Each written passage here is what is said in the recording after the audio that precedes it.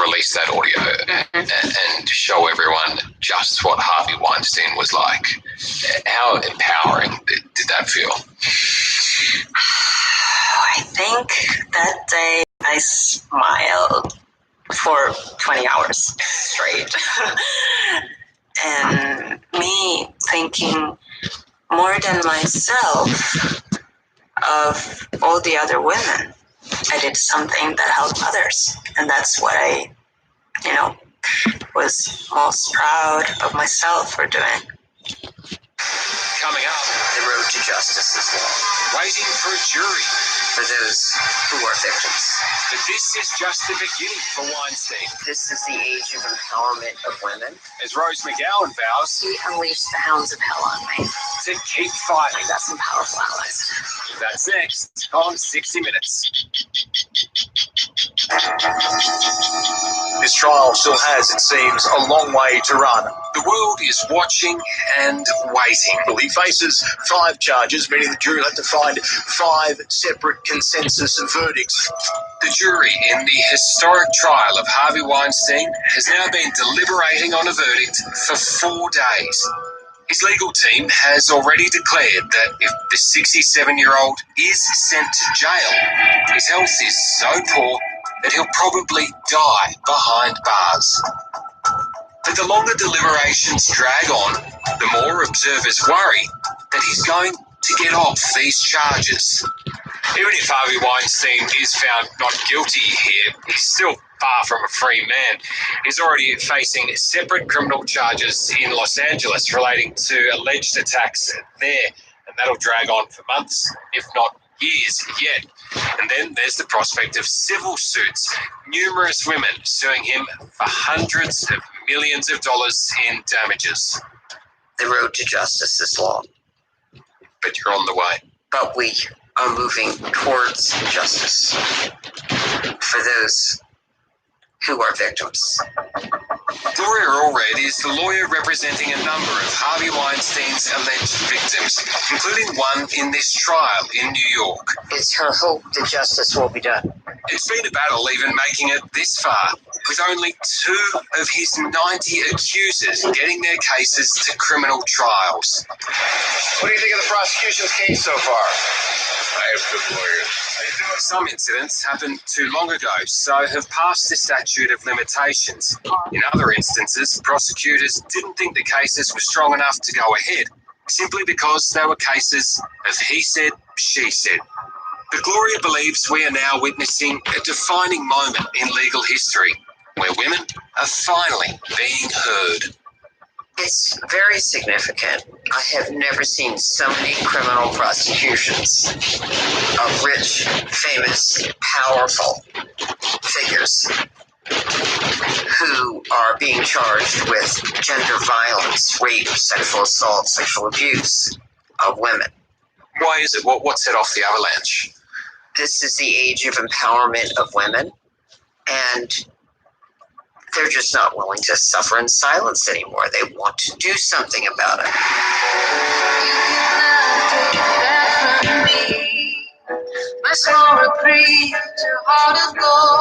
Rose McGowan continues to inspire the army brought to life by the Me Too movement. We are free, we are beautiful, we are strong, and you will never take that from us. The only thing worth fighting for.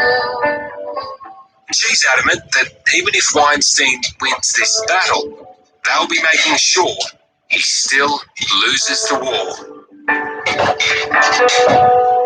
will be tied up in courts for a very, very long time. Hopefully as long as he lives. The justice system won't hold him to account. You will. Oh, I'll be there. He unleashed the hounds of hell on me. I've got some powerful allies too. Hello, I'm Tara Brown. Thanks for watching. To keep up with the latest from 60 Minutes Australia, make sure you subscribe to our channel. You can also download the 9Now app for full episodes and other exclusive 60 Minutes content.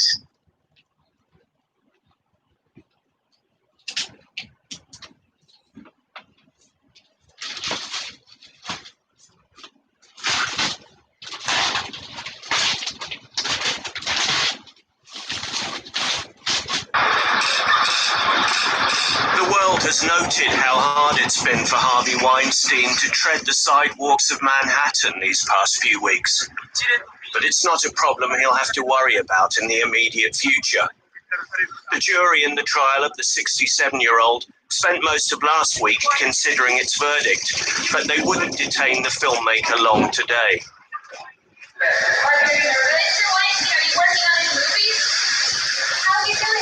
The man who once told showbiz reporters what to print about his movies had one last hello for them. Hey guys, first to you guys. Within a few hours, jurors returned to say he was guilty of raping one-time aspiring actress Jessica Mann in New York in 2013. He was also convicted of sexually assaulting Mimi Haley, who'd been a production assistant on one of his TV projects. Reporters hurried from the court after Weinstein was acquitted of other charges, including the two most serious counts of predatory sexual assault, which carried a possible life sentence. Weinstein himself, however, wasn't going anywhere. Harvey Weinstein is exactly where he should be now, behind bars. I think one of the things about today is we will not see Harvey Weinstein come down those steps in his feeble attempt of pretending to be unwell and using a walker, because he is now in custody. He's been remanded. He awaits sentencing in March by Judge Burke. And today is a significant day because he's been held responsible for his actions. Now that the verdict has come back guilty for Harvey Weinstein, I will say once again, women were believed. It's a day that Weinstein's accusers feared they'd never see. It's been the most sensational rise and fall. A mogul of the old school, a man of money, power, and success, brought down by his own criminal behavior and the bravery of his victims. All at once, it seemed, his image was tarnished, the mogul reviled and mocked as a sexual predator. Weinstein's British wife left him after allegations broke of hush money paid to women over his predatory behavior. One woman who said he'd assaulted her made a secret recording in which he appeared to acknowledge a pattern in his actions. If you want to leave when the guy comes by. Why yesterday you touched me? Please. Oh, please, I'm sorry. Just come on. I'm used to that. Oh, are you used to that? Yes, come in. Hollywood stars are among scores of women who've accused Weinstein.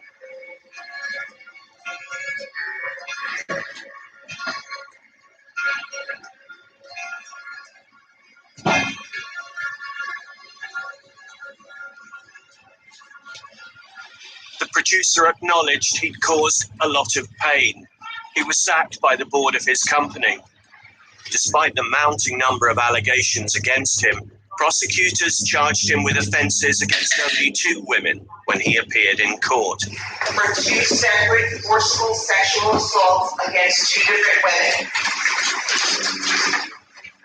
As his trial finally opened in New York last month, the once swaggering Hollywood tycoon cut a much diminished figure, and not by coincidence, some observers suggested. Although the jury was directly concerned with what had happened to 2 of Weinstein's victims, they also heard details of 4 other alleged cases, too old to prosecute under New York law, but suggesting a consistent pattern, prosecutors argued. What are you thinking about testifying? In a rare act of self-effacement, the filmmaker declined to give evidence in his own defense, leaving it to his lawyers to attack the credibility of his accusers. That seems to have been partially successful from their point of view, though they're planning an appeal. Maybe the cards were so stacked against Mr. Weinstein before this even started. I don't know. What did he say to you after the verdict? I'm innocent. How could this happen in America? I'm innocent. Manhattan's district attorney saw it differently.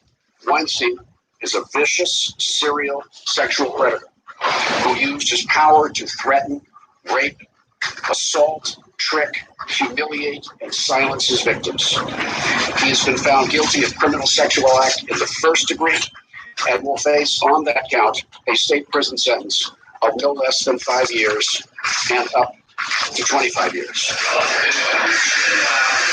He won't be needing it where he's going. Weinstein awaits sentencing next month, with the prospect of further proceedings in California on charges of sexual assault. That was Stephen Smith. Here in the studio, the Labour MP and author of Every Woman, Jess Phillips, and Zelda Perkins, Harvey Weinstein's former assistant, who confronted Weinstein about the attempted rape of her colleague more than 2 decades ago and was silenced by his lawyers. Zelda, I imagine the hardest thing I could ask you right now is how you yourself are feeling. So let me instead ask you what you think will be going through his mind. Do you think he will register a sense of guilt at this moment? It's a hard question because I'm not a psychopath. So I don't know really what's going on in his mind. But I would imagine that he is in total denial that this is happening and disbelief, because his belief in his innocence is enormous. That's how he's always been able to operate, because he's never believed that he's doing anything wrong. I don't know if the amount of power that has been lost to him over the last couple of years will have had any deep effect. But I imagine he will be going back, regrouping, imagining his next plan of battle. Because I remember you telling me that when you confronted him on a terrace following the attempted rape of your colleague, he swore he hadn't done it on his family's life. And you said you knew then he was lying. Did he convince himself at any point the sex was consensual? Do you remember how he justified it to you? Or was it just obliviousness? I don't think he cared whether it was consensual or not. I don't think he thought about it like that. He only thought about what he wanted. And his focus was always to get submission. And no to him was not a word that he understood. And he wouldn't have seen it as somebody's desire to say no. He would have just seen it as an obstacle to remove. Jess, does this look like justice being served tonight? It does look like justice, and it feels like justice for Zelda and for lots of the women who have been involved. I still think that there is a feeling that something's going to come up where he's going to get away with it somehow, because that is the story of Harvey Weinstein. That is the story of lots and lots of very powerful men in the whole Me Too movement, and what we've seen in the past couple of years is that there is an industry in place to protect these people. And so whilst it does feel like justice, and earlier I was shaking when I heard the verdict, I still somehow think they'll have some sort of rabbit out of a hat. But for today, I shall celebrate that we can say that Harvey Weinstein is a rapist. You know that industry well. You were silenced with a non-disclosure agreement, which covered up any attempts to bring him to justice, any criminal wrongdoing. And that industry's still there. Harvey might go down for 5 years, 15 years, 20 years, we don't know yet. But that industry is still alive and kicking. And this is not an end to any sort of problem. So what has changed? If the law hasn't actually changed, has it been a trial by public opinion? I mean, this is what the judge warned. Don't put the whole Me Too trial into the courtroom, but it has come in, hasn't it? Well, I think that it would be impossible for any juror or for anybody to ignore the number, the sheer volume of women coming forward about this specific man, about Harvey Weinstein. However, I do think that there has been a change. Now, no law has changed in the state of New York to make this happen. No law has changed here in response to it, although every single politician would sit in front of you and say, no, things are changing, this sort of thing can't go on anymore. But actually, legislatively, nothing has changed. And were this not Harvey Weinstein, I find it very hard to believe that the same convictions would be felt in courts across the land that are hearing rape cases today. But the sheer volume of people in this case, I think, would always have been difficult to get over. But no, I think that in one part of California, they have legislated to end the use of non-disclosure agreements in sexual harassment. But that's the only change we've actually seen in the wake of this. Are you shocked, are you disappointed that the two even graver charges, the counts that he got off on, means that he won't automatically get a life sentence? Look, you know, I want to see Harvey Weinstein behind bars. I don't understand how he can be found guilty of some and not the others, but I wasn't in that courtroom. I do think that we should celebrate the charges that have been laid against him and hope that he serves a decent time in prison. Do you think that other women, other people will be emboldened to come forward? Do you think you played a part in this? I hope so, but I'm still very tentative about everything, because even, you know, when I first spoke to you and I broke my non-disclosure agreement, I honestly believed that then there'd be an avalanche of other men and women who would feel confident that they could break agreements which were clearly unethical. But there wasn't. Look at the reporting and conviction on rape trials in this country. It's gone down, not up.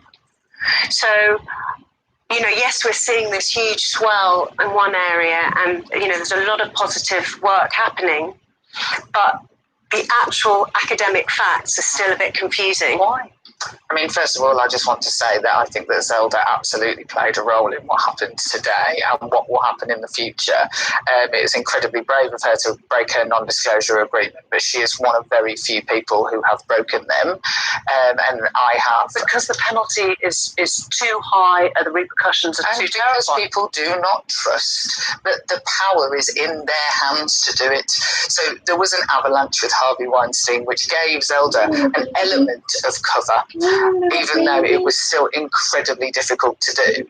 But I am still being sent stories and accounts by people who have been up against very powerful, very famous, very political people who still, when I say we could give you cover to release your non-disclosure, they still are like, I absolutely can't do it. It will come back worse on me than it will on them because of power. Because I get approached by I've been approached now by hundreds of people with with agreements with people that we all know. When we go back to the law and the way these cases are run, Weinstein's lawyer, defense lawyer Donna Rotuno, was asked if she'd ever been a survivor or victim of abuse, and she said she would never have put herself into a position of being sexually assaulted. And when discussing sex, she suggested consent forms should be signed. Your response? I mean, I think that she was being needlessly provocative in defense of the indefensible. However, what she portrayed, and actually the sort of bravery and the willingness to say it, is actually an attitude that lots of people have still, that women put themselves in harm's way, that women, and this was very much part of the Weinstein case, carry on relationships, whether that's work or personal relationships, with a person who has abused them, and that is always used against them. And that goes back, I'm afraid, to just a ridiculous myth about the idea that most rape happens in a dark alley by a stranger. Lots of people are raped by their husband and they stay married to them. So the idea that it is still permissible in court to use those arguments is both stupid and unethical. And if someone came to you and said, this isn't a Weinstein, this isn't a big media mogul, there is no groundswell, but I think I should speak out, knowing what you've been through and knowing how complicated that was, would you be able to say, yes, you'll feel better, your life will be better for it? For breaking an NDA? For breaking an NDA? Breaking an NDA, no, I can't advise people that, because I can't. I had public interest protection. I had Me Too, that groundswell protection. I can't say, honestly, to a woman who comes to me and says, I want to break my NDA, I can't advise her to do it without the caveat that it could end badly, because the law has not changed. Thank you very much. Thank you. In a world where less than 1% of all sexual predators are convicted, today's ruling stands out as a landmark moment, one that took thousands of hours of painstaking testimony and some of the biggest names in showbiz to make its mark. Tonight, perhaps the focus is on Weinstein, but this is not the story of a single predator and a string of his victims. It's about what goes on to a greater or lesser extent across many places of work in many parts of the world on almost any given day. The ability for the powerful to act with impunity. The fall from grace of Harvey Weinstein is a story Newsnight has followed closely from the beginning. In 2017, the actress Emma Thompson told us of the shadow Weinstein had cast over the world of film. I don't think you can describe him as a sex addict. He's a predator. That's different. He's, as it were, the top of the ladder of is a system of harassment and belittling and bullying. And if everyone is talking about Harvey Weinstein right now, and you've suggested there are probably plenty of others who are guilty of pretty similar behaviour, why are people coming out about the others? Perhaps the more of us who say this is endemic, let's just say it's endemic. And I've just said I've spent my 20s trying to get old men's tongues out of my mouth, because they just thought, well, she's up for it. So I would imagine that happens really very regularly. And so perhaps this is a moment when we can say to men and women, open your eyes and open your mouths to say something. Later in 2017, Weinstein's former personal assistant, Zelda Perkins, broke her non-disclosure agreement with her former boss to conduct her first TV interview with me. He was a master manipulator, and his moods changed very quickly, and you never knew whether you were, his confidant or whether you were going to be screamed at. I had one warning, and I have to say that woman really saved my honour, because actually being warned is very important, because it armed you. And all she had said to me was, always sit in an armchair, don't ever sit on a sofa next to him, and always keep your puffer jacket on. And there was no more than that, but actually it was an incredibly important and good piece of advice, because it meant that I was ready actually when he did start behaving badly. In November last year, Perkins joined Newsnight again alongside Rowena Chu, a former Weinstein assistant, to accuse the movie mogul of attempting to rape.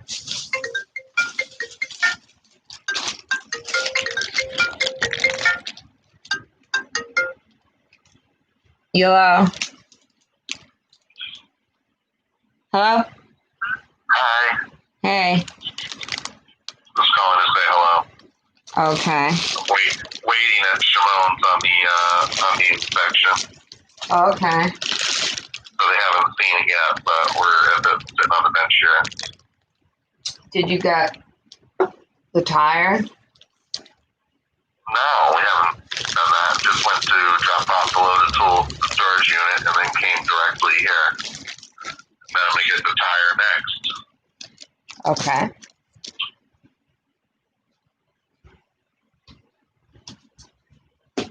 Sounds. And then, yeah. And then,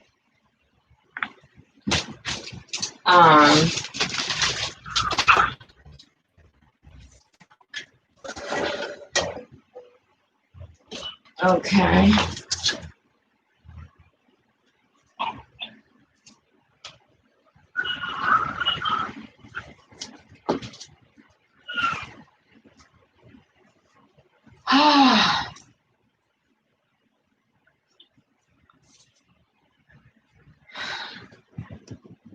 I could just start putting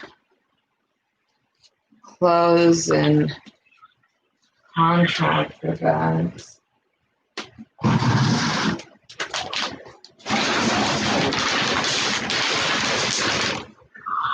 You should pick out what clothes you're gonna wear.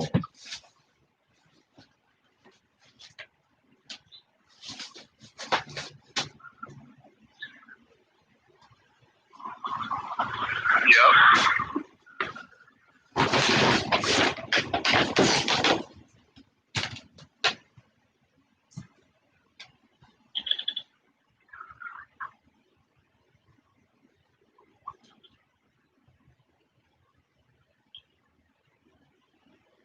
my god. I should pee.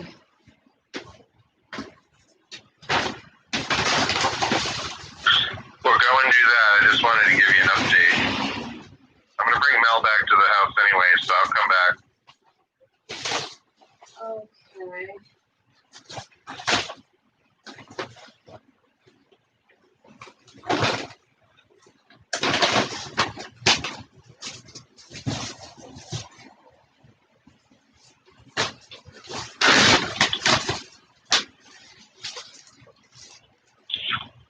So I'll let you go. I just wanted to say hi. Okay.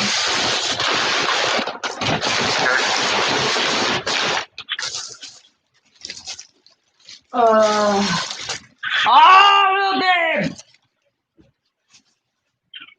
Little babe! I'm going to let you go. I love you. Little babe! Little babe. What? Oh my god, little babe is trying to eat an old rotten apple out of the windowsill. Oh. He's crazy. Yeah. He's a demented animal. He's been jumping around all night like a maniac. Something's wrong with him. I looked at him earlier and he hopped straight into the air. That's like an old, like dried up. He tried to eat the bagel today. Yeah, he likes bagel. He's just out of control. We might have to return him. Never. So, babe, you are going to be returned.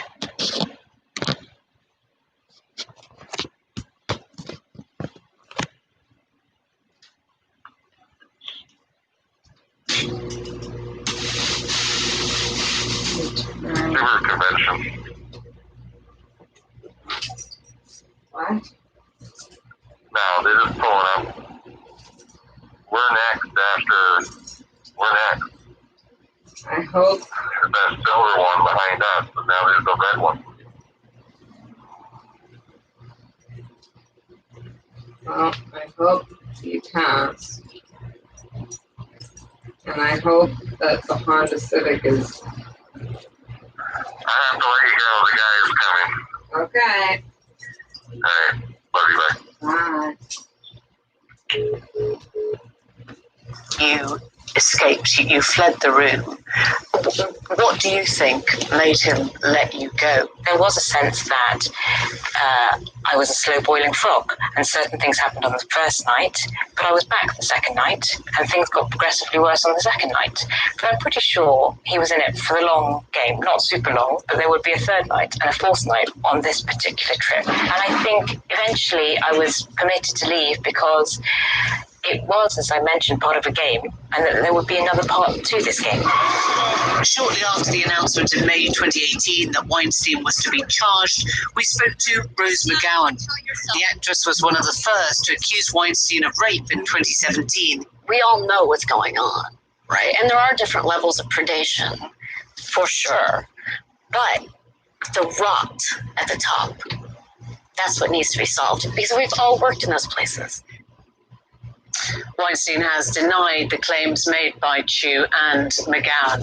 But the Me Too movement gained traction around the arrest of Weinstein. The movement itself is much older, started by an African-American woman, Tarana Burke, a full decade earlier in 2006. Not a women's movement, she clarified, but a survivors movement. So has the movement now got lift off? Tarana Burke joins me from New York, and from LA we're joined by Kim Masters, editor-at-large of The Hollywood Reporter, who knew Weinstein through her work as a journalist there. Tarana, let me begin with you, because it began with you. That phrase, Me Too, is 15 years old now. How does this verdict feel tonight? You know, I feel a lot of things. I feel really grateful people the women who came forward and testified and told their stories, see something as a result for it. I feel grateful that we can claim this as a moment that was very necessary for so many survivors. And I am also really clear that we have so much more work to do, and that the movement doesn't rest on this verdict. Because you think there is a danger people now assume the job's done. Yeah, I think there's sort of feeling that this is what we were working toward, and this is just one thing that happens in a whole spectrum of things that need to happen to advance us towards ending sexual violence. Kim, do you share that? Do you think this feels like a scalp, a victory, rather than a wider message? It was hugely important for the world to see Harvey Weinstein in handcuffs. I think if that had not happened, it would have been a crushing blow for a lot of people. But I agree completely that the work is not done. I mean, Harvey was such an extreme case. It was such an extreme, over 100 women coming forward. There are people with fewer. There are still whole cultures of misogyny in this industry where addressing the systems, not just of harassment and sexual violence, but equal opportunity and representation. There's so much work to be done in that respect.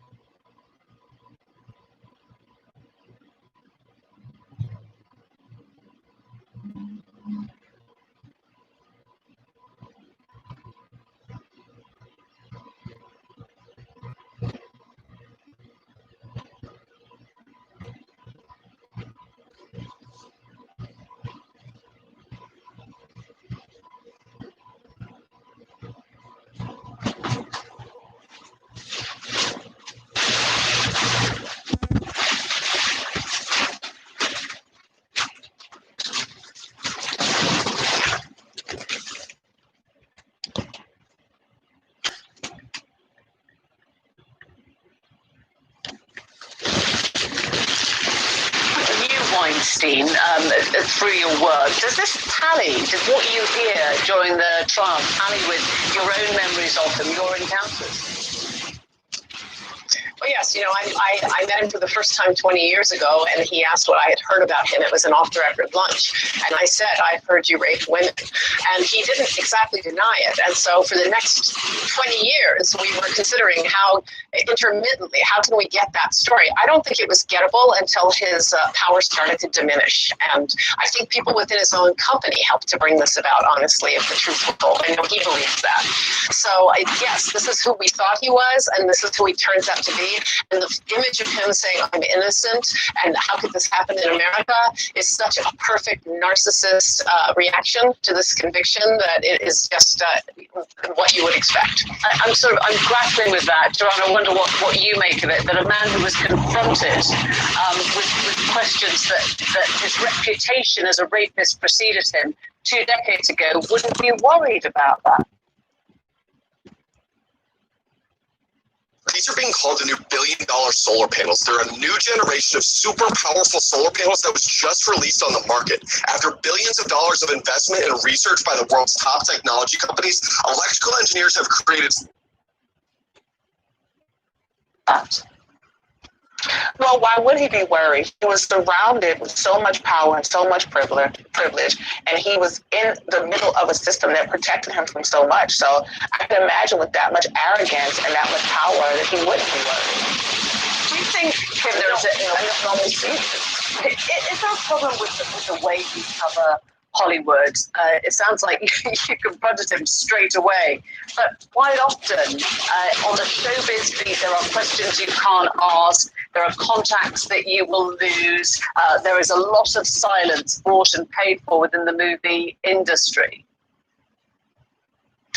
Listen, I've made my reputation by asking those questions and going forward no matter what. We've had several stories that terminated the careers of very powerful men in Hollywood, and I hope Zelda Perkins, who is so courageous, knows that. There was an explosion at the Hollywood Reporter and other publications, and a number of people were brought publicly to account, and I think that does have an impact. So that is the upside of the whole thing.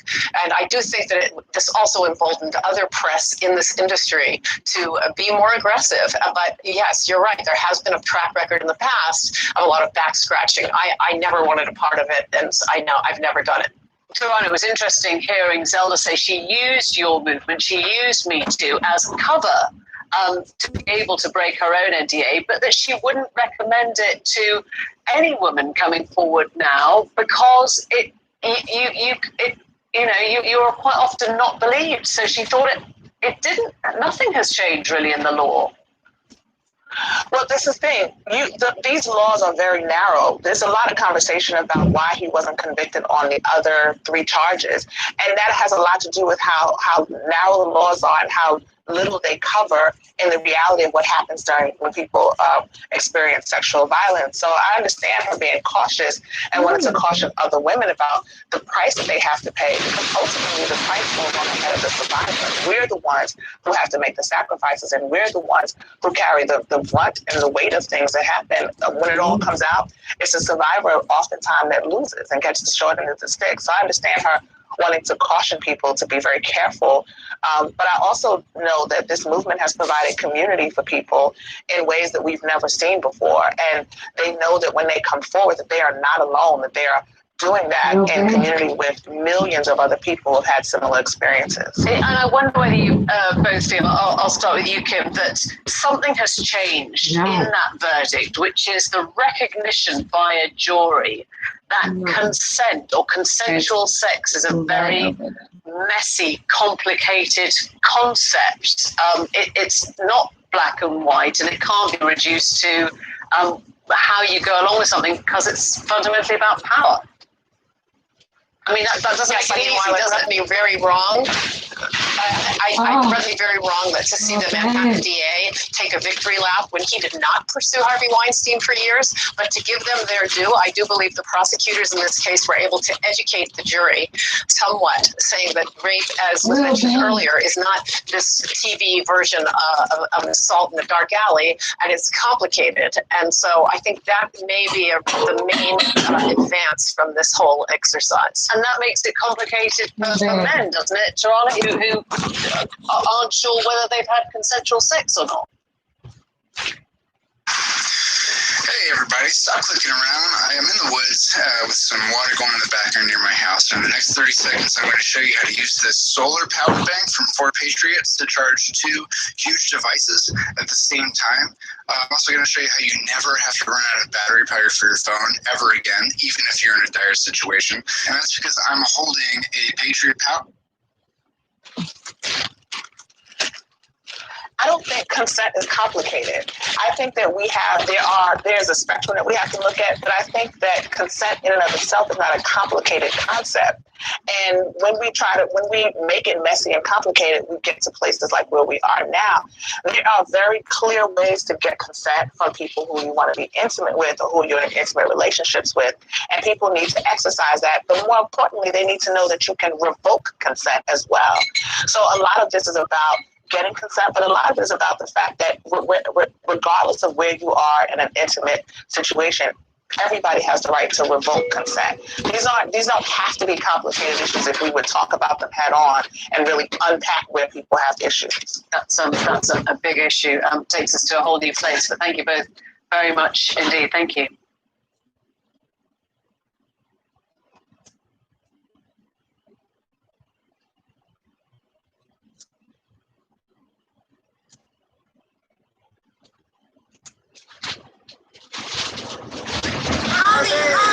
Harvey Weinstein was the king of Hollywood, a mogul with 81 Oscars to his name. The Harvey I knew was brilliant. I mean, truly brilliant. He ran this town. He was the guy. But we'll show you what actually happened behind his locked office door. Games at power is about making you capitulate, making you give in, forcing seduction on you, and speak to those who say they paid an awful price for being in Weinstein's world. You ruined lives, you crushed dreams. I still am scared of him. He's a master predator. Now Hollywood's dirty secret is out in the open. We knew. Everybody knew. Everybody knew. And the reckoning is over. It's important for other men to know you want to act this way, and you're going to lose everything.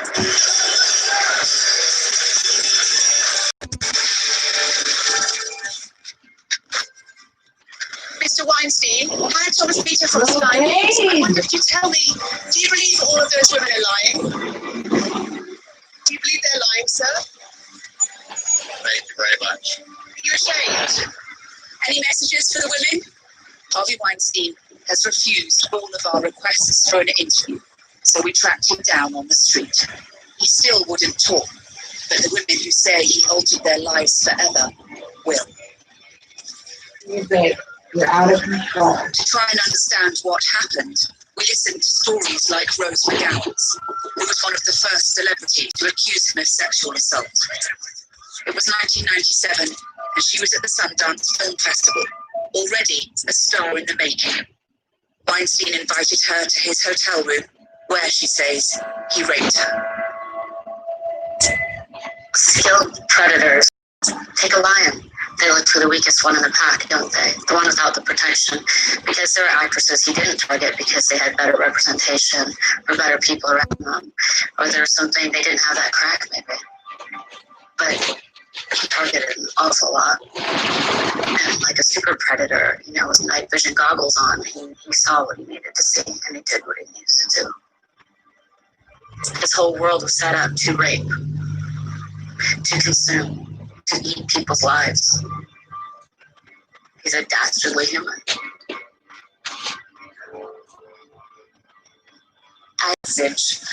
And I felt like this is how other people make it, like really depressing and against everything that I believe in. But when you're in a more vulnerable position, you really don't have a choice, is what I felt happened. That he kind of made it seem like this was the only way that he would, and it's the only way that he would ever do it for anyone else. I felt like I said no, and he didn't even acknowledge it. I felt like I had to do it. So how was he about it? He was calm and collected. This was his MO. He had a system to lure them up, ask for the massage, come out in the towel robe. He was just acted like it was normal. Give Weinstein what he wanted or forfeit a dream. That's the choice Dawn Dunning says she had to make too. She's a costume designer now, But back in 2003, she was a young actress looking for her big break. She met Weinstein while she was working in a nightclub, and he said he could help. After several screen tests, she went to what she thought was a business meeting in a hotel suite. When I got there, he opened the door and he was in an open robe. On the coffee table, he had 3 small stacks of paper. And he said, these are contracts for my next 3 films. I will sign them today, but I want you to have a threesome with me and my assistant. I laughed. I thought he was joking. And when I started laughing, he got angry. And that's when I got scared. He started yelling at me. And he said, "You'll never make it in this business. This is how this industry works. This is how," he named 3 actresses, how they got to where they are. He went on. And then at that point, the door was pretty close behind me. And I just turned and went for the door. I could still hear him yelling. Are vegans healthy? Are vegetarians healthy? French fries to beer are vegan, so you tell me. But seriously, the easy part for most of my clients who go vegan or vegetarian is cutting out the meat. What they forgot to include is the micronutrients. Let's take a look at the 11 super. Okay. The more powerful he got, the more blatant the alleged behavior. It was an open secret in Hollywood. No, babe. You are being and even those who exercised caution say they were targets. Like the reset guys who was invited to pitch a script at the Sundance Festival. He said, well, why don't we reconvene in my office? Well, they turn hotel rooms into offices when you're at these festivals. That's just the norm. But I still felt a little hesitant, obviously. I knew that this was a huge opportunity, and I didn't want to give that opportunity up. But at the same time, I looked at him in the eye, and I said, there's a camera right there, so I'll go up to your office and meet with you, but you're not allowed to touch me. And I said, you have to shake my hand. Inside the room, the reset says things changed. He pulled me to his bathroom and we both stood in front of the mirror, and he's like, just watch me. He wanted me to watch him masturbate. And finally I just ripped my arm away, and he followed me out of the room saying, look, I can give you a 3-picture deal. I can greenlight your film. Like, this is ridiculous. This is all you have to do. Everybody does it. There's lots of other women who have done this. Personally, I think he enjoyed the switch. The energy's different. It's much more aggressive and angry. And he watches us, like almost like the prey. Like, okay, now what are you going to do? I think he loved the power struggle. I think he loved to watch in our faces the fear. That's what I truly believe. But in this case, Weinstein apparently cast his net wide. Lawrence Sivan was a young reporter when she met him at a dinner party in a restaurant he part-owned. He offered her a tour of the kitchen, and she followed him. I realized that this was a bad situation. I said, I'm going to go back upstairs. I saw the kitchen. I'm good. He leaned in to kiss me. And I said, I'm so sorry if I gave you the wrong impression, but I'm not interested. I'm dating someone, I'm going to go back upstairs. And at that point, he got kind of irritated. And he asked me, just stand there and be quiet. And I was a little shocked to hear that, because his tone changed dramatically. But he blocked my exit. And I thought to myself, what is he going to do? Just started masturbating in front of me. Stood there kind of frozen. I was 27, 28 when I had this encounter with him, and I just remember feeling stupid, feeling really dumb, standing there and watching this man, do what he was doing, and thinking to myself, how could I be so dumb? How could I think that he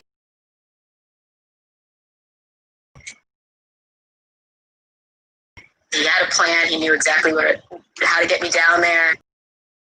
The callousness of it, like, just stand there and be quiet then, because this is going to happen whether you participate or not. That struck me as something that he's done before. Sarah Ann Maas went to Weinstein's home to be interviewed for a job as his children's nanny, says he assaulted her. I had sort of been warned by his assistants ahead of time that, he was, he's a Hollywood guy, they're kind of different. I never translated that to mean that he was going to, sexually assault me. During the whole incident, it was just shock and fear and discomfort because, you're in a professional environment. It's certainly not something you're expecting. And he also had a huge anger outburst to his children. So it was just like a very terrifying experience for me. And I remember really distinctly driving there. I remember the road I took and the exit and everything. And then I don't remember getting home. I constantly felt trapped. Cornered me railroad. Every woman we talked to described the same feeling of being caught in Weinstein's web. Entrepreneur Melissa Thompson says he raped her after a business meeting. I never had a choice. Like, it's Harvey's choice. And it's like Harvey is playing cards with a stacked deck. The outcomes are fixed. The women lose. I felt like who would care that if I said anything. There is still a profound sense of loss over what might have been. Louise Goldbold was a young woman when she had her own experience with Weinstein. Now she's a trauma specialist, a choice shaped by what happened to her. Many of us are wanting the careers that we could have had. I think that's the number one thing that's being mourned. There are very many women who are saying that their careers could have been so much more illustrious had Harvey not set about destroying them. When you have someone who is the most powerful man in Hollywood telling you this is how it works, I believe them. Like that's, it's coming from the horse's mouth. I was like, okay, this is, not gonna work for me because I'm not willing, to go that far for it,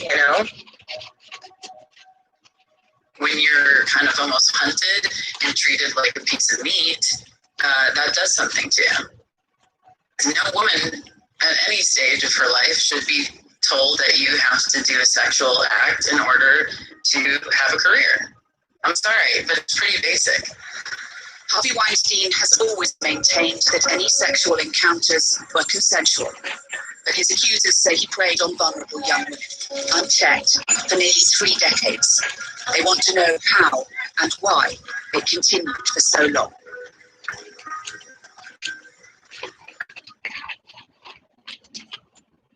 Massachusetts homeowners, listen up. If you feel companies like Eversource and National Grid stealing from you,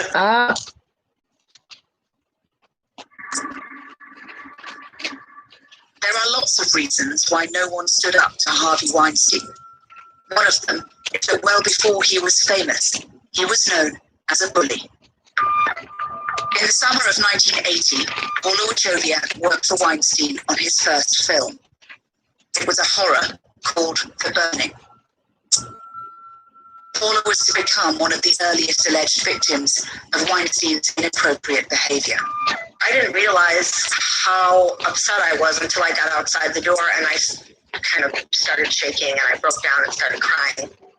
Later on set, Paula says Weinstein tracked her down to gloat about exposing himself. He walked up behind me and said, "So, was it the high point of your internship to see me naked?" I just said, "No, Harvey, frankly, you disgust me." And he laughed and he went up. He had no other reason to be there except to torment me. Former employees say it only got worse from there. Harvey and his brother Bob moved to New York City to run their film company, Miramax. They were cruel, both of them. Harvey in particular, but Bob was right there with him. Mark Lipsky was the head of marketing. They couldn't help themselves. Every girl in the office cried.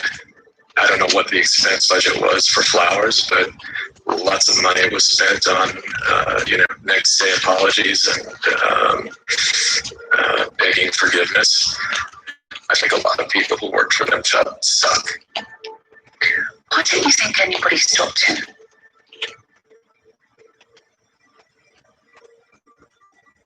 He's a big, scary guy. The people surrounding both of them, but Harvey in particular, were completely dependent on him and on the company for their careers. And they were scary guys. But it wasn't just about fear. Weinstein was a force of nature, and people were drawn to him. We all struggled trying to follow social norms around him, and he unfooted us all. And he was a very charismatic, confusing, powerful, frightening, exciting, fun too person to be around.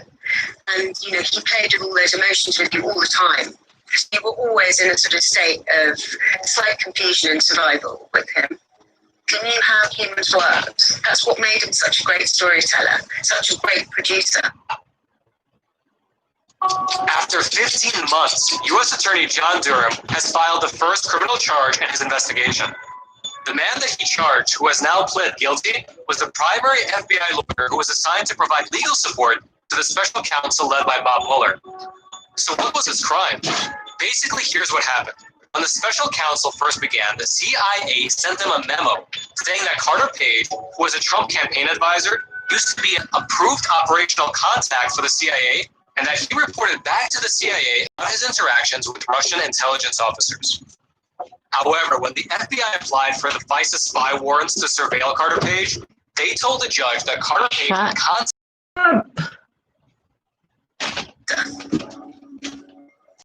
The thing with abusive relationships is that people keep coming back to them or rationalizing the behavior. That definitely happened. The thing was that there was such... It's almost unfair to talk about the bad behavior without talking about the bits of glamour and the excitement and working with all the creative people that you were surrounded with. The circles he ran in were extraordinary. Okay, step into the room. Madonna says, "This is Jean Paul Gaultier," and these guys, they're Depeche Mode. There was something sort of very heady about the atmosphere, so it was like you would give up some of your own humility to stick in the job or to stay in the kind of life. Sky News, if we may. Nice to see you. Harvey could be explosive. He could be the way he would verbally attack people and that worked for him was vicious. It was really awful. I mean, he would reduce people to tears, but it always seemed in service of what he wanted best for a particular film or a particular project. So in a way, in my mind, I excused it. I said, well, he's just that passionate about, what he wants for the rejections. Michael Apostolino was head of creative affairs at Miramax in the late 80s and early 90s.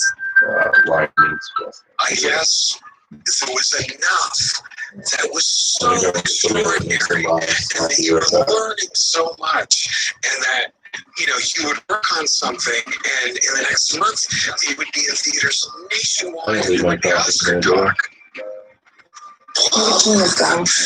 So the horrible part seemed not okay, but I guess this is the price, that you have to pay. Things moved at breakneck speed. For Bob Weinstein's assistant, Kathy DePieces, there was little time to think clearly about what might have been happening. We were distributing, 16, 18 films a year? It was insane what was going on there. I remember working probably 80, 90 hours a week consistently. So you would see something out of the corner of your eye when you're running down a hallway like Harvey flirting with a new blonde receptionist out at the front. And you're like, okay, so he's just being a weasel, you know, cheating on his wife. But never did I ever think that there was more than that going on. He was just being kind of lecherous, you know. In 1990, a serious incident revealed things were apparently much worse than that. But still, Weinstein remained untouchable. A lawsuit was delivered to the office. It was disseminated verbally about what the contents of this law were, which was that he had attacked, sexually attacked, molested an intern, and it all very young, very eager, and one day just poof. In this one envelope, and from an attorney's office, and this was a very different kind of a letter. All I saw was red. I was completely. Everybody started talking about it, and more started coming out. Another employee, YTMA, pulled me aside at one point and said, boy, on this lawsuit, on this one, you know, it's time. So we knew. Everybody knew. Everybody knew. Even with the allegation as common knowledge, nothing happened to Harvey Weinstein. Bob Weinstein says that he cannot recall the incident and has always insisted that he didn't know about the extent of his brother's alleged harassment and assault of women. Do you think that Bob knew what his brother might have been doing behind closed doors? Well, he certainly knew when I handed him the letter and it came from the law office. Harvey got a letter, Bob got a letter. Bob knew, of course he knew. Of course you knew. How do you not know? He was involved in his brother. I think there's rock, paper, scissors. I said, you know what? I quit, and your brother is a fucking pig. 1 minute now. This is rock, paper. What now?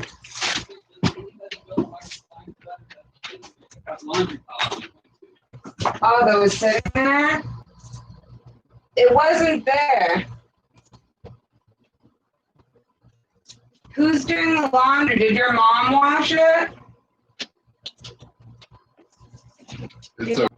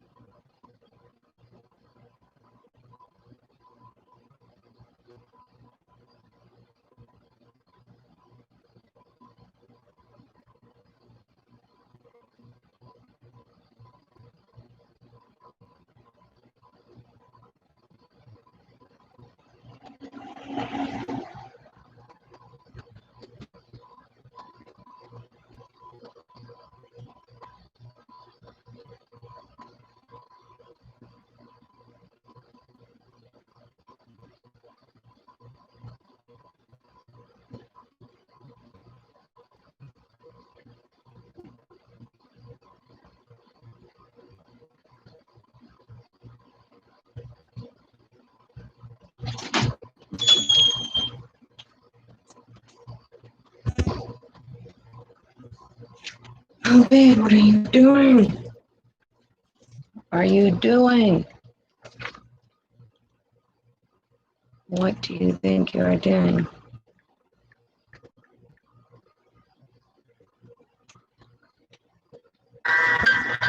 People might listen to these stories and say, you had a responsibility to do something. I did. And you didn't. And I didn't. Why not? That's a difficult question to answer. I want to fall back on I was in my early 20s and it was naivete, but that's not really an excuse.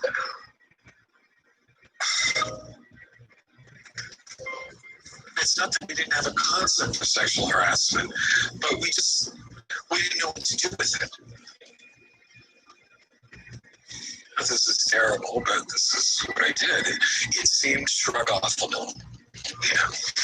I don't have comfortable. I don't have a favorite. Please, I'm not going to do anything to my children. Please, I don't care if these kind of things. Even though shrug it off or thwarted. Model Amber Basilana Gutierrez went as far as wearing a wire for the NYPD after she reported that Weinstein groped her. I'm feeling very uncomfortable right now. Come in now, and 1 minute if you want to leave when the guy comes When you say that you touch my face, Please say just come on and used to that. are you used to that? Yes, right. No, but I'm not used to that. Others were quietly discouraged from making a fuss. I was told that if I said anything that, he's got a team of lawyers and you don't want to do that because they'll take me down and nobody's going to believe you. Weinstein's assistant, Zelda Perkins, tried to take him on in the courts. After a colleague reported an attack, she spoke up and was silenced. He'd done something really heinous, and I felt it was my responsibility because I had left this girl with him to do her job, and it wouldn't happen again. And I presumed that the law would back me.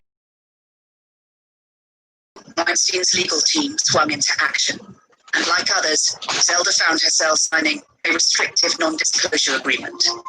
It was made very clear to me right from the start, from my own representation, that I was on a losing ticket, and the power disparity was too large, and who was going to listen to us?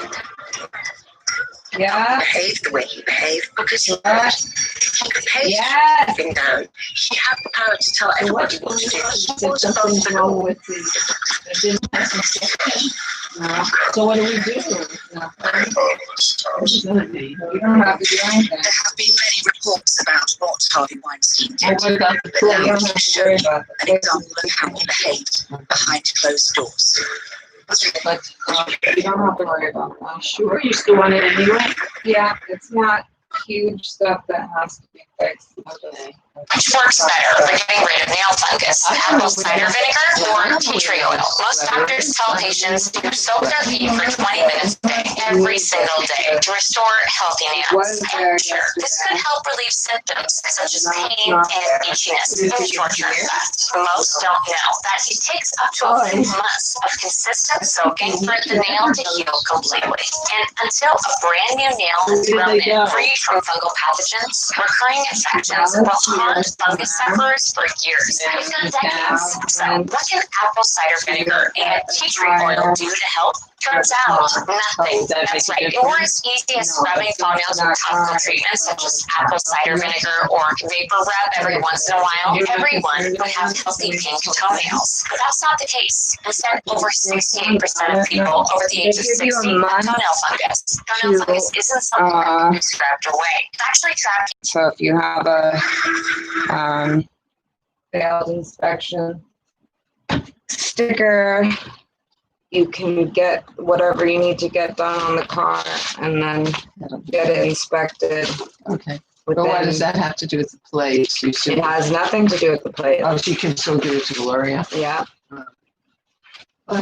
It's too much. She's going to be here tomorrow. Yeah. But then how can you drive it to get it the work done if you don't have plates?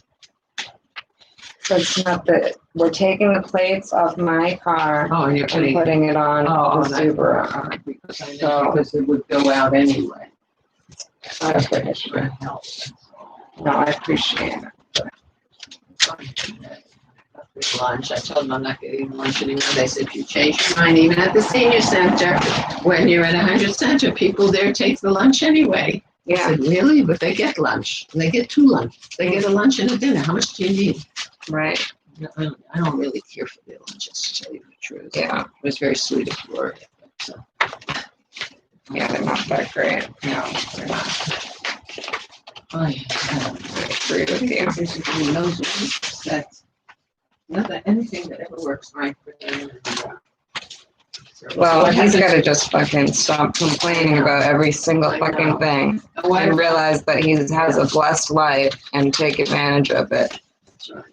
What about Chris? What's he doing? He's going to get a tire for my car. Okay.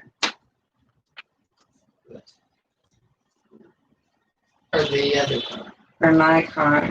No, the other car. Oh, but nothing ever goes easily. Is that the case?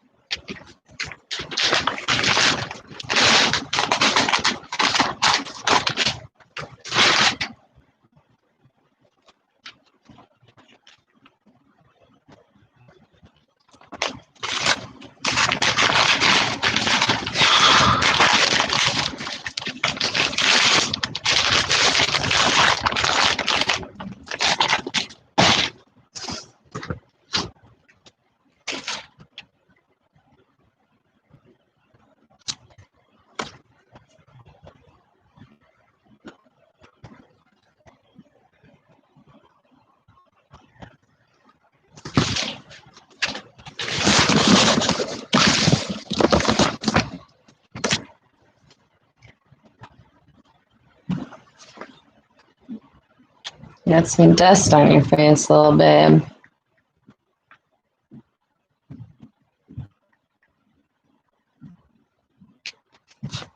The world watched as Weinstein walked the red carpets. Little evidence of his alleged behavior beyond rumor and gossip. Melissa Thompson changed that by trusting us to tell her story, one she's kept secret for 7 years, hoping it would reveal Weinstein's almost masterful ability to abuse his power. It's September 2011, and 28-year-old Melissa is in the Weinstein Company offices in New York City. She's here to pitch her tech startup company's new video platform. And as part of the demo, she's recording the meeting. That kind of stuff. I'm not eating old moldy orange. Weinstein arrives alone, asks staff for privacy, and locks the door. Melissa says that a few hours after this, he raped her.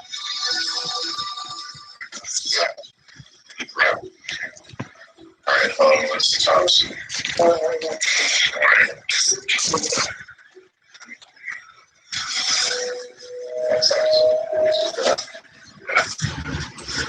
How's your day? I was thinking, okay, he's hugging me. What do I do now? I was sensing I have to be a little bit more vigilant in this situation than I originally thought. It is so painful to watch back for multiple reasons because I look at myself and I have no idea what was going on. Melissa and Weinstein have met briefly once before, but this is their first formal encounter. A little bit. Okay, That's okay. So, you're in so many things, and you do so many things, so I have a lot to say. Every time that he towed the line of being inappropriate enough where I may have said something, he could sense it, and he pulled back, and he changed the dynamic again. Let's see, I wanted to show a trailer, by moving, and I had the Marilyn Monroe movie. So let's talk about Marilyn Monroe movie. People who would be interested in that movie, who would be interested in that movie? Okay, so good, we can do both. Okay, so would it be, what's the target demographic? Okay, so we're gonna buy space, we're gonna buy ad space on Vogue.com. Do you think you might have encouraged him? I purposely encouraged him. At first, I tried to, volley a bit with him. If he would make a comment, I would try to catch it and return it in a way that felt a little safer than the way he threw it at me. And now I see he's trying to, in any way you can, move me into that zone of comfortable then uncomfortable and confused and vulnerable and recognizing that he's powerful and I'm not, and that I need this deal from him, and he has the power to give it to me. We can have Like It to Win to the capacity to premiere in New York, and they have to like it. So now you're generating all these likes on your Facebook page. Wow. Okay. And I'm going to use your service on Maryland Rail. And then, you can sign me up and tell your boss. And so he's going from almost pulling a trigger on using this platform to then he put his hand up under the table, up my dress. I was trying to save face of it. At first, I was trying to kind of manage the situation. It was a combination of confidence and naivety that led me to, this dynamic that we see now. Diva's so hot, right? What's that? Diva's so hot. It is hot. Right.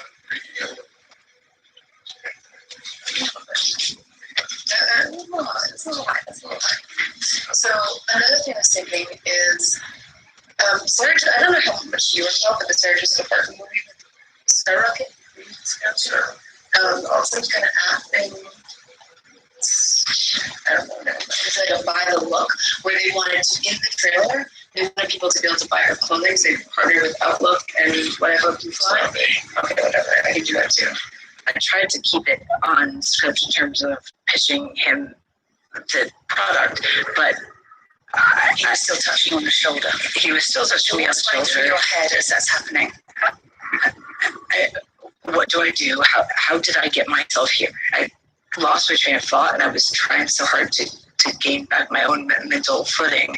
At some point, his whole affect changed, and he looked like a predator. His eyes became dark.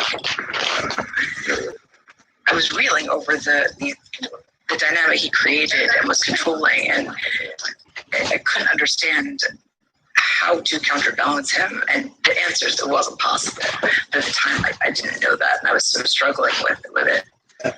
What would you say to someone who might watch that and say, well, Nessa was flirting with him? Yeah, is that what you see when you watch it?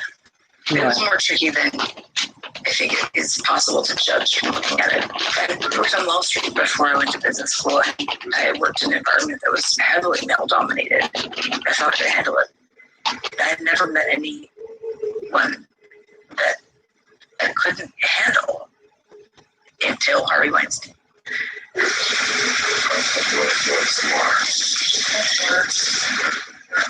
When you go to the kitchen, you adjust the angle of the computer. Why? I knew that I was losing the ability to control the situation and keep it professional. So I had entered that fight or flight mode, and I was scared of him.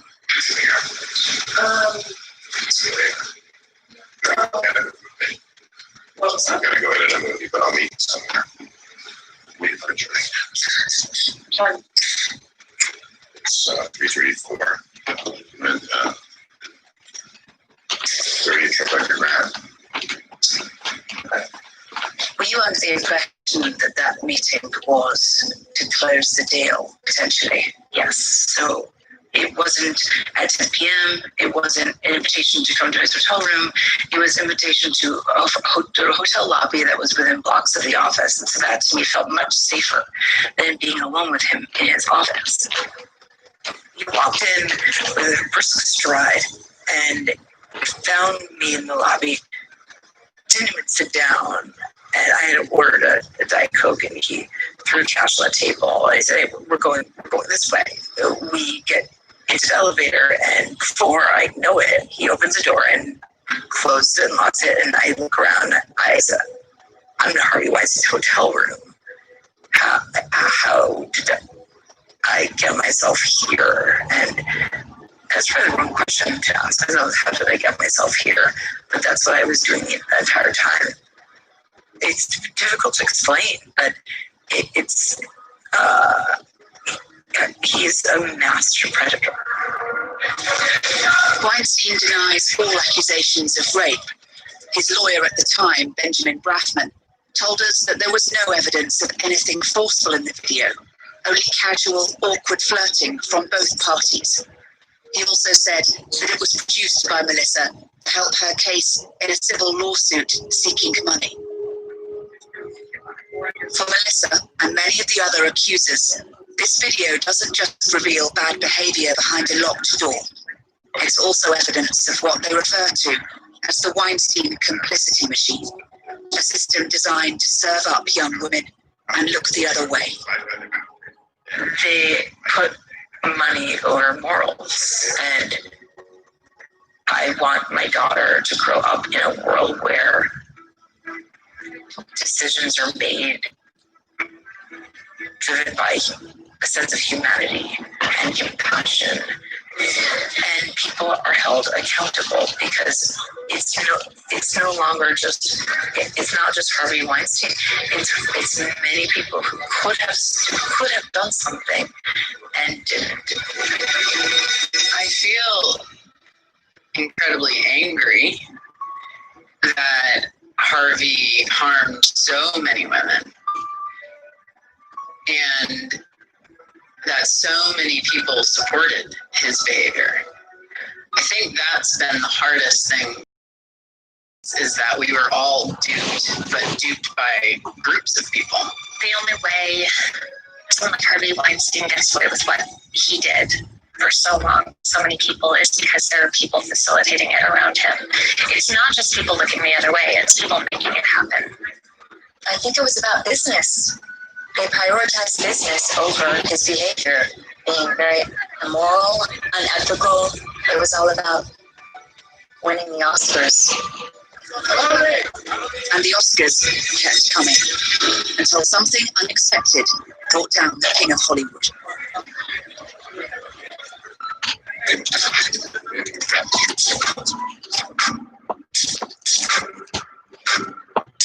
By 2017, the Weinstein Company was a juggernaut.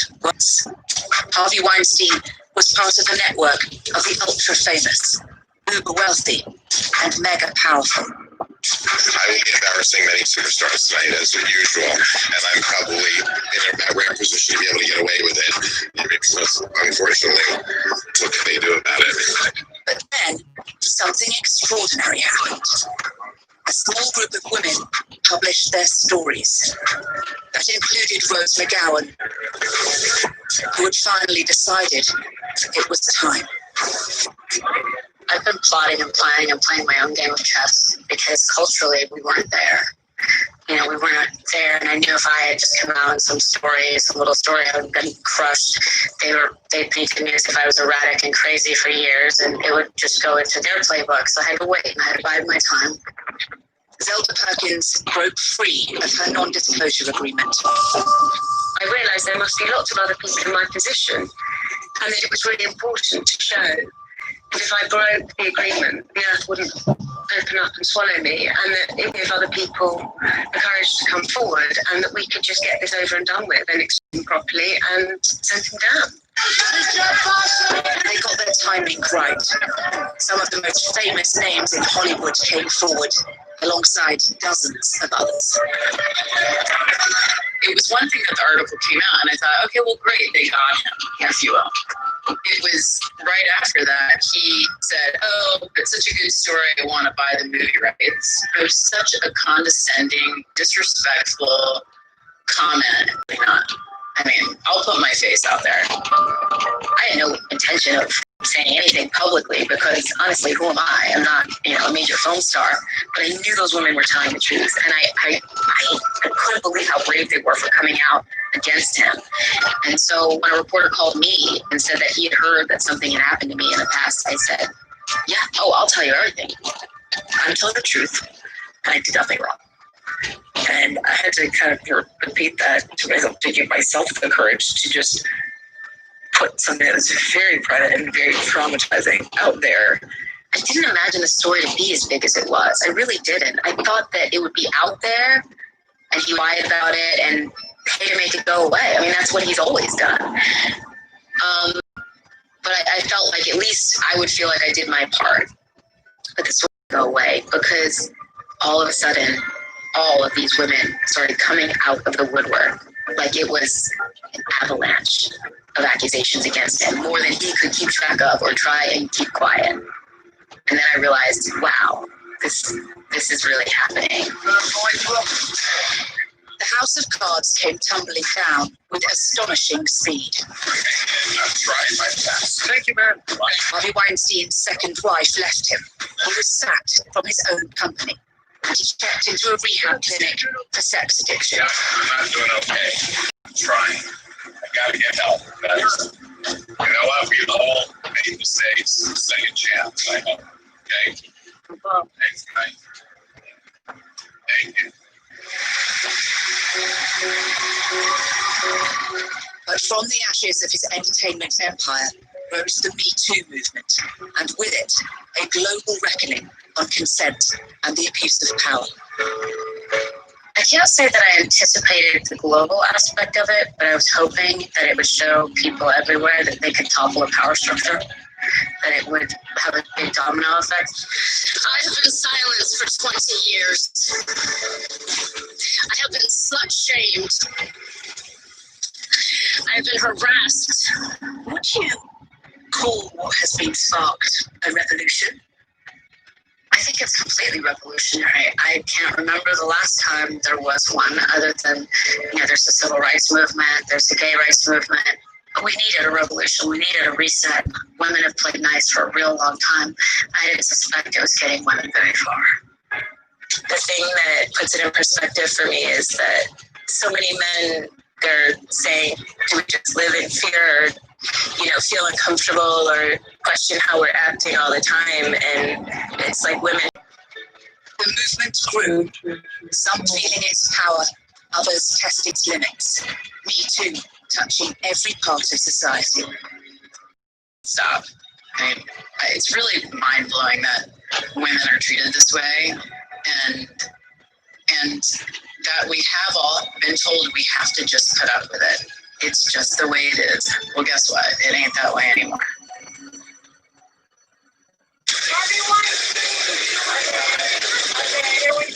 In May 2018, Harvey Weinstein was arrested and appeared in court charged with sex crimes. This defendant used his position, money, and power to rule. Our investigation is ongoing, and we encourage other survivors to come forward.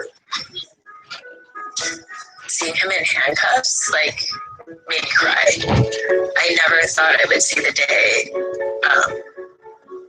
that he would be in handcuffs. It was amazing. I hope he's convicted. I hope this is a man who ruined lives. I mean, he ruined lives. He crushed dreams. He really destroyed so many women. I mean, he ran this town. He was the guy. If you wanted to be in a film, and if you wanted to be in good, award-winning films, he was the only one to go to. So, I hope he pays for that. It's important for other men to know, you want to act this way, then you're going to lose everything. And you should lose everything because you have crushed, and I mean crushed, a lot of women. The moment left some of Weinstein's former colleagues reflecting on the end of an era they were once so proud of. Instead of it being like, oh, you were at the top indie shop that changed the film business in the 90s, it's now like, oh, you work for Harvey Weinstein. He sounds like a real pig. It leaves such a bad taste in your mouth. I don't want to relive it. It's truly horrifying what he's done, and he deserves everything he gets. It's like having somebody retroactively pull the rug out from under your 20s and saying it didn't really matter. It was all just awful. When people in my life found out that I used to work for Miramax, they were impressed, and I was proud of that. And now, I used to work at a New York-based film company. I'm not going to say it if I'm not asked, because it's I'm ashamed of it. I should be ashamed of it. The impulse to worship Weinstein rather than challenge him may have had consequences on a jaw-dropping scale. Dozens of women have joined forces to sue him, and their lawyer believes there could be many more. How many women do you think Harvey Weinstein may have targeted? I think we're talking about hundreds. I think it could be near 1,000. I think that based on what we know and what has already been made public, at least 150 women have come forward in some way. On top of that, we have employees who said that there were women in his office 3 times a week where they would have to go in and clean up after him, knowing that he had just done something and ejaculated. So if you're talking about 3 times a week, at least, for all the number of years that he's been in power at Miramax and the Weinstein Company, that's a lot of women. And there are questions about how much really has shifted. Do you think there are other Harvey Weinsteins out there in Hollywood? I know for a fact there are other Harvey Weinsteins in Hollywood right now. I can name 20 people off the top of my head right now. It's Hollywood. I think if they get the ugly guy gone, then into their like perfect looking world and still continue as they continue. You know, they think that basically it's like a red herring for the world. Look, see, we got rid of him. They didn't get rid of him. They didn't do anything of the kind. They gave him new deals and saved his business over and over. Many of the accusers believe that lasting change will only come if there is victory in the courts, not just against Weinstein himself, but the businesses and people they believe protected him. And so if we can send the message to these companies and these people who run these companies and set a precedent that protecting predators actually costs them more money than dealing with them and doing the right thing, then maybe things will start to change. We need to start holding people accountable for witnessing abuses of power and not stopping it, not saying something, not intervening. Had people been more vocal and not said, yeah, that's Harvey, or yeah, we have to look at that. You don't. We don't have to live with things that are illegal and abusive, and we don't have to live with being raped when we think we're going to a business meeting. The environment has to be changed. You know, the system that enables the behavior. You know, this is much bigger than Harvey Weinstein, and it's much bigger than gender. It's about power, and it's about how we respond as a culture to power. There has been story after story, but Harvey Weinstein has consistently denied all allegations of non-consensual sexual contact. His brother Bob and other executives named in lawsuits also deny any wrongdoing. The Weinstein story and the fallout continue.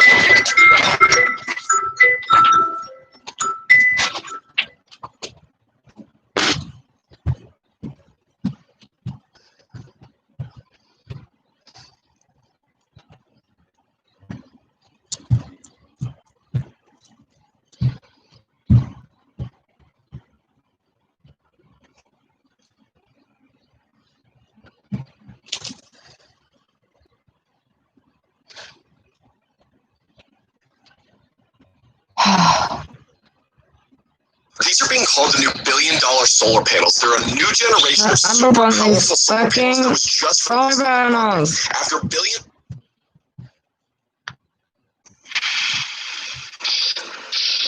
If I say to you, Harvey Weinstein, that name, those 2 words, what do you think of? I contract. Even just seeing his face. The arrogance of Harvey Weinstein knew no limits. Put simply, The predator thought he could do whatever he wanted to women like Jasmine Lowe.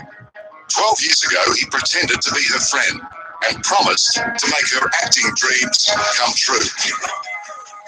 Today, he's the monster inside them. This wasn't the friend or the mentor that I had known. I felt terrified, and all I could think is, I want my parents.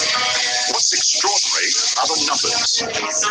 So far, more than 100 women, just like Jasmine, have come forward with similar claims. Sexual harassment, assault, and in some cases, even rape against Weinstein. This is the inside story of how Harvey Weinstein kept shocking allegations of sexual abuse against him from being made public. How he used undercover operatives to gather information. Weinstein must have been incredibly disciplined. Yeah, companies call this a you bet the company case. You throw everything you have to try and fight however you can. In other words, they think you've got nothing to lose. Or you have everything to lose. How the actions of an Australian journalist working with the resources of one of America's largest media organizations helped keep Weinstein's predatory behavior Hollywood's dirty little secret. We talk about the work that you've been doing for your friend Harvey Weinstein.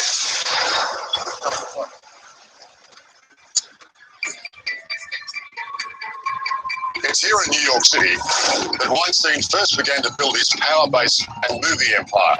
Along with brother Bob, the pair started a production company that would make them rich, famous, and very influential. Miramax went on to have a string of hit movies, making many of its actors major stars. If you're on Harvey's team, you're almost automatically Hollywood royalty. That's why every actress and model in town went knocking on his door. Perfect fodder for Weinstein's insatiable appetite for lust and power. He was the gatekeeper. He was like the king of Hollywood, and everyone wanted to know him. But I could tell by the type of man he was that he was both larger than life and really smart and charming, but at the same time, he was scary. He was big, and he was a big force. Jasmine Lowe was 24 years old and a successful model when her world collided with Harvey Weinstein's. I met him socially. He knew you were an aspiring actress. Yes, absolutely. It seemed really legit, and then he also sent me scripts and really sort of groomed me. Also as a friend, and I saw him as a mentor. Yeah. He was going to give you big roles, and you were going to be made. Yes. You know, there was a flirtation that he was, but I was always telling him that I had a boyfriend, and I was very clear. And I think that's when he, at a certain point, he got angry about that. Well, you wouldn't exactly say it was a boyfriend, would you? I mean, have a look at him. Yeah, no, of course not. But the fact that he kept he would push that, and I would always be very firm. Jasmine says the first time she saw Harvey Weinstein's true colors, the unhinged megalomaniac, was one afternoon at a department store in New York City. I had done a modeling job at Bloomingdale's, and he called me to see what I was doing that evening. I told him that I couldn't meet him, that I was going to go see my grandmother afterwards. And he showed up to Bloomingdale's.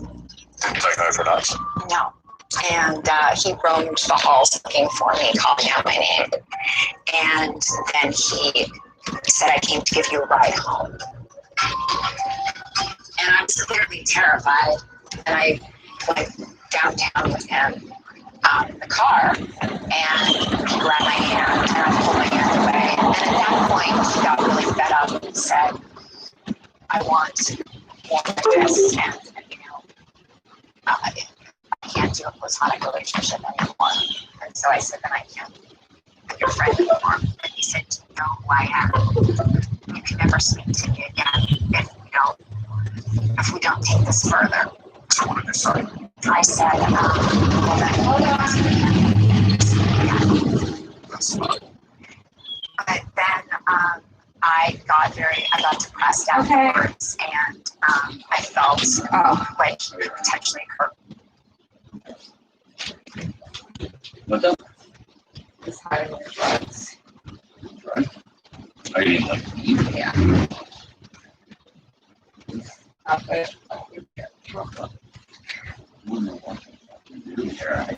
I don't really have anything. Look at all this crap.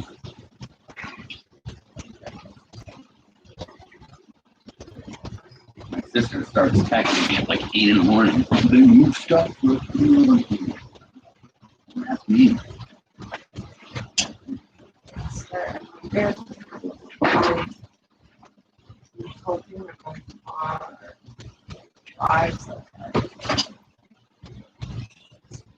Are you gonna just bring it to your parents' house? Yeah. So,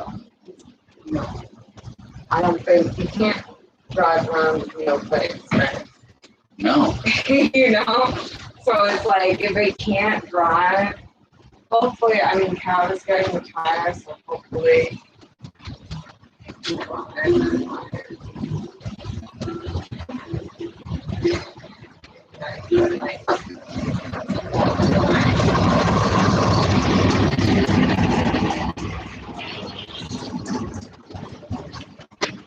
Yeah.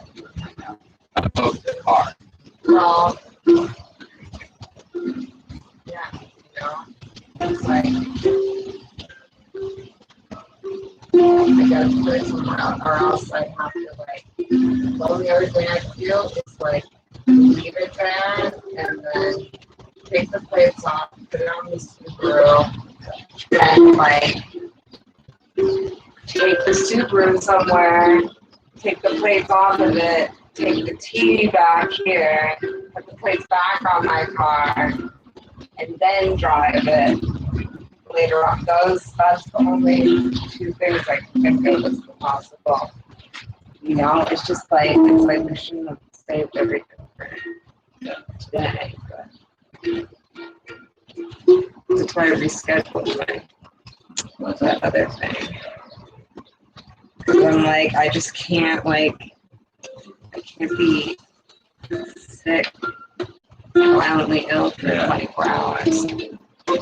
Yeah, because that's what it would be. Like, if I did that yesterday, I'd be, like, probably so sick, and that would just be, like, a, like, quadruple nightmare. Yeah. Instead of, like, a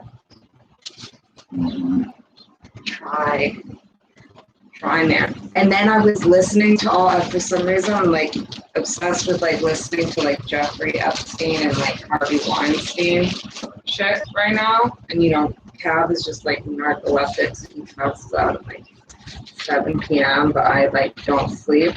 So I was listening to all this, like, Jeffrey Epstein stuff last night, and then when I was, like, as I was kind of falling asleep, I was having, like, this horrible, like,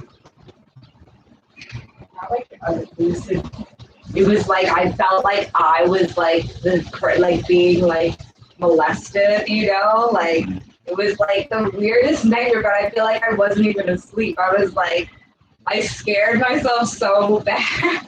I was, like, crying, I was, like, no!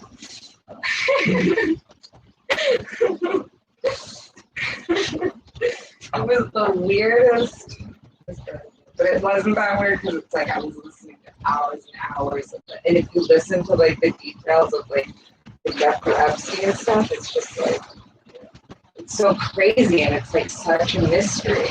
How the hell are you gonna get all this stuff today? This is the same amount of stuff. I mean, you know, all the stuff, all my stuff, pretty much all my clothes are already gone. Like, furniture and stuff, like, I just don't want to do it. But it's, like, maybe new stuff. I don't think that would even fit. I know. Well, it sounds like.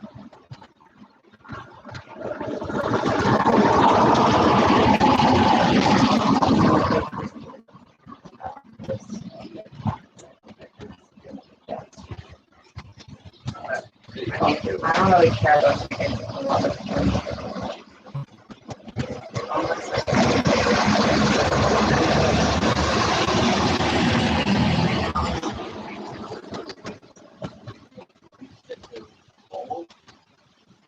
That's really good. Well, I don't even know what's going on. I know. I'm like, you don't even talk to your mom. I'm not gonna up here. And like, you left, like, when you're over there, like, he always leaves there, like, getting in a fight with her. Yeah. And like, I mean, I'm sure she'll be fine, but like, here. Like, being around and stuff. I'm gonna take this. Yeah. Yeah.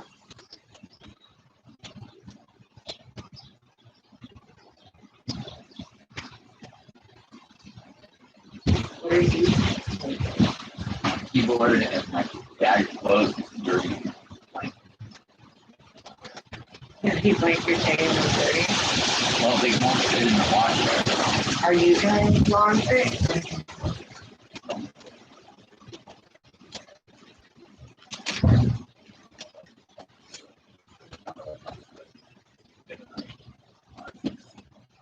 Yeah, but at least it's cleaned out.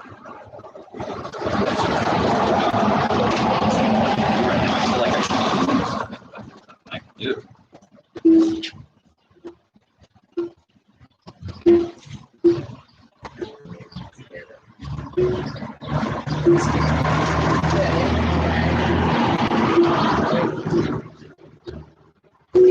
Is that black splatter in here? Get why? Oh, the other one? The second one? Yeah.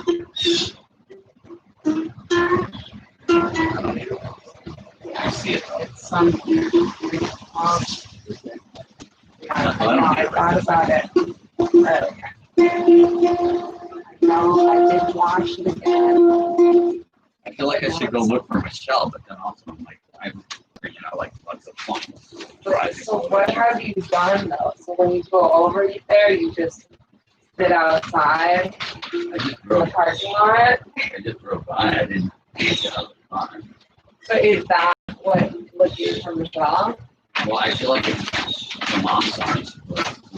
Yeah. I don't know. I think her mom talks a big game, but it's like her mom is really the one that's acting so poorly and insane. So like, I don't think that she really would actually be about it.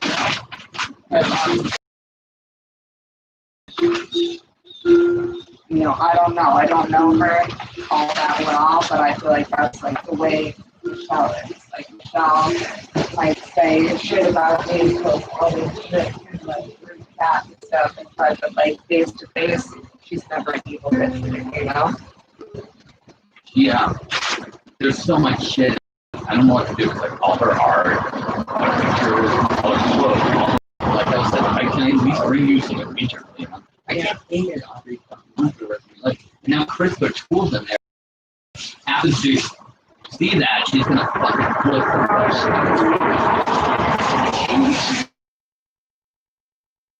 I don't see that unless you like bring her to see it, and I don't see that happening. I think that what we should do is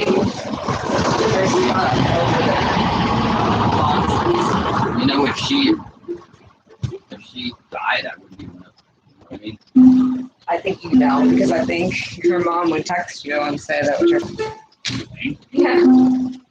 Because she's already tried to get you into thinking that Michelle trying to kill herself is your fault. It's your mom's fault. Well, I think that mom is looking for someone other than herself, which, you know, it's like,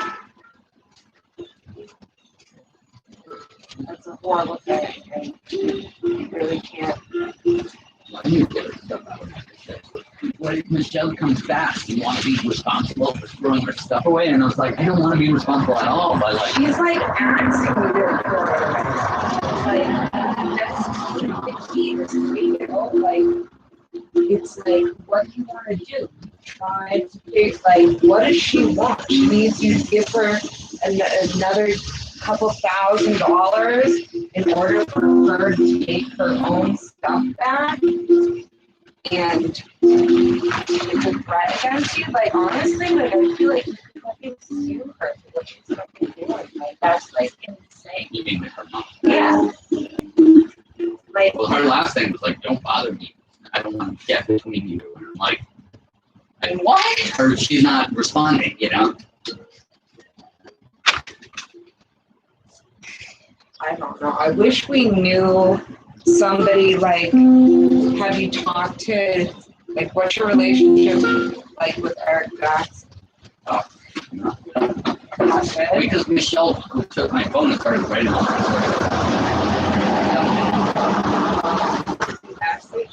and has dealt with, like, her and her mom are the only people I think of that would be able to give. It's like, I don't know exactly what goes on with her and her mom, but I think that is like. I don't think there really is. I don't know. I'm gonna have to bring this up. I mean, I can't pay for it indefinitely. You know, it's like fucking expensive. Yeah. No, that's fucking bullshit. I don't know if it was me, I would just bring. It's like, you know, get in the front door and I'll help you do that.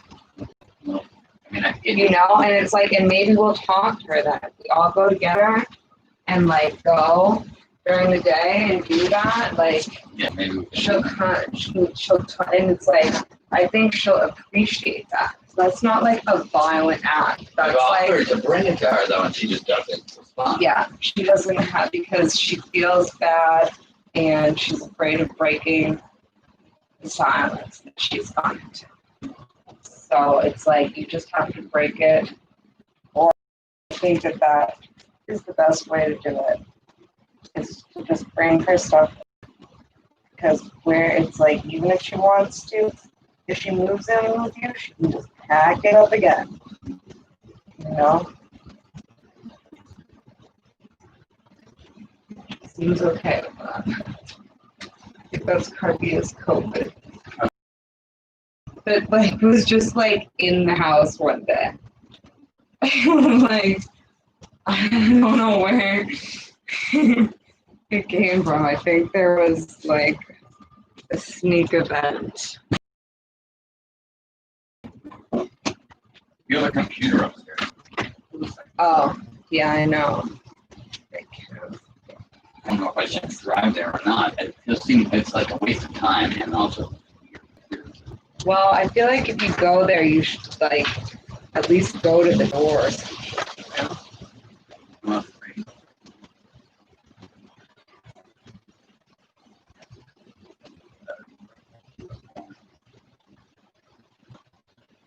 What's wrong with you? See if she wants to go.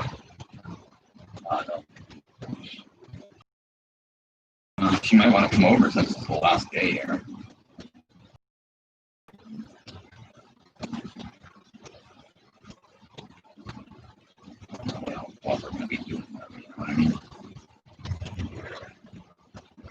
Well, I mean,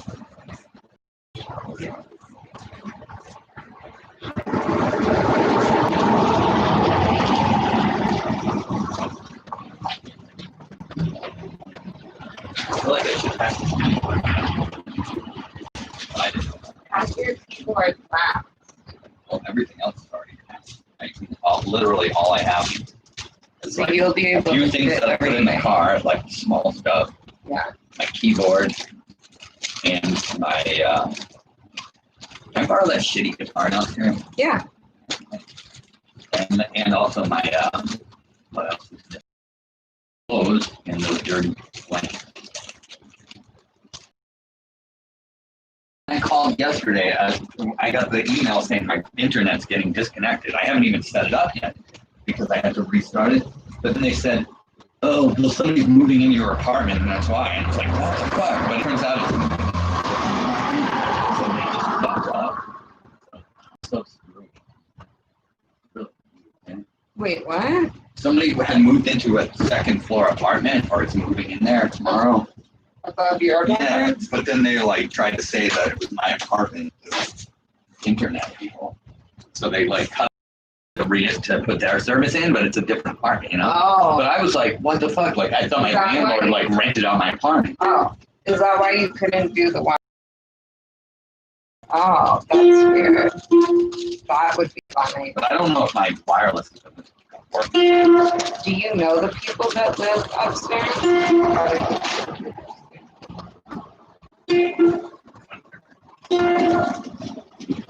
The landlord was trying to say they moved out. Like, I was like, the lady was like, oh, that's gonna be so cute.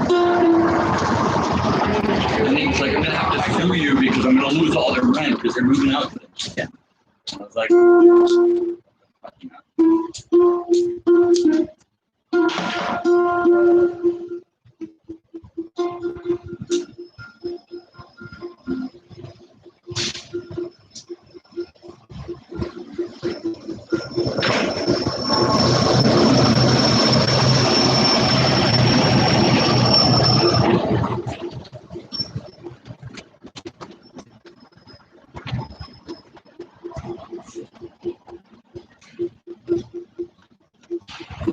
I'll see if I'm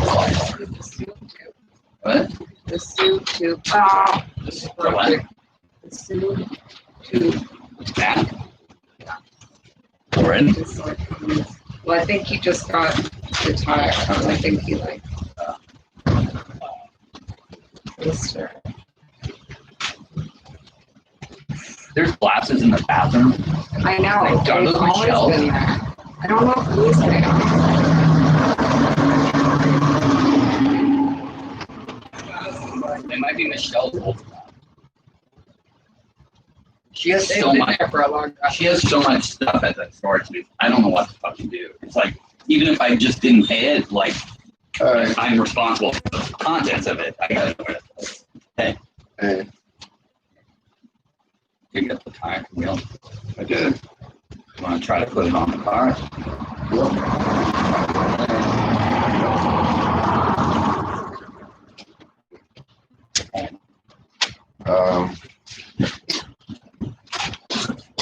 Let me have the key. This looks good. Good job. I like the bags.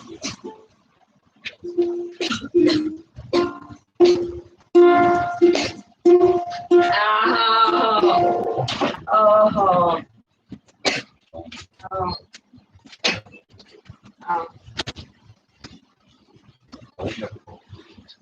What?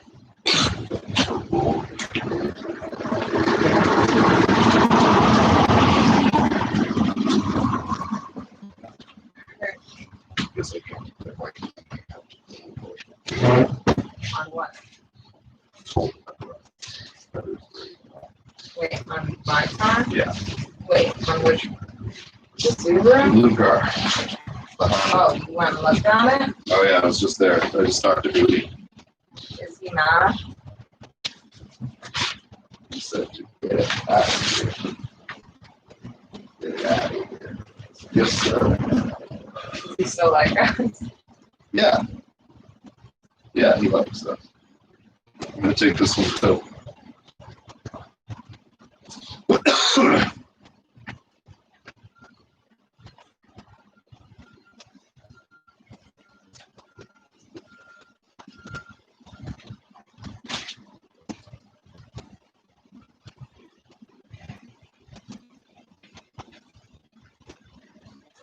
Okay, I'm gonna go and do this.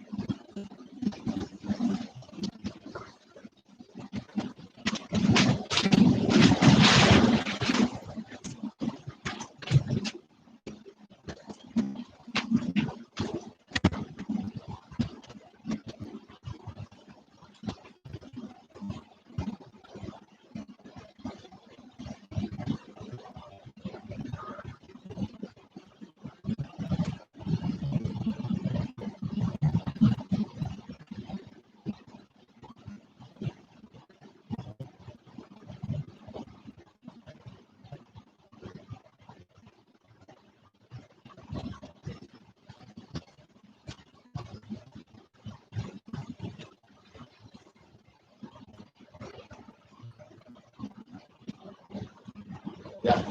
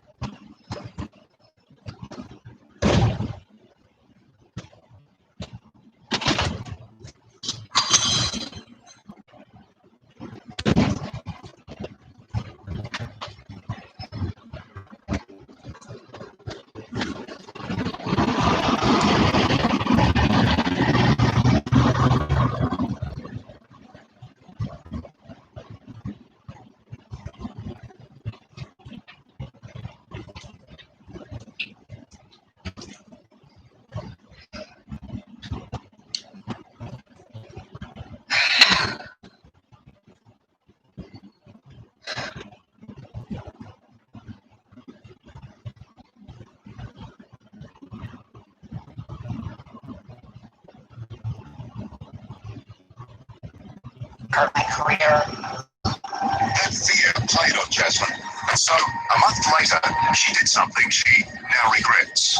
She tried to make amends with the Hollywood producer at the 2006 Cannes Film Festival. I didn't want anything physical with him. I didn't want anything romantic with him. I just wanted to make everything okay.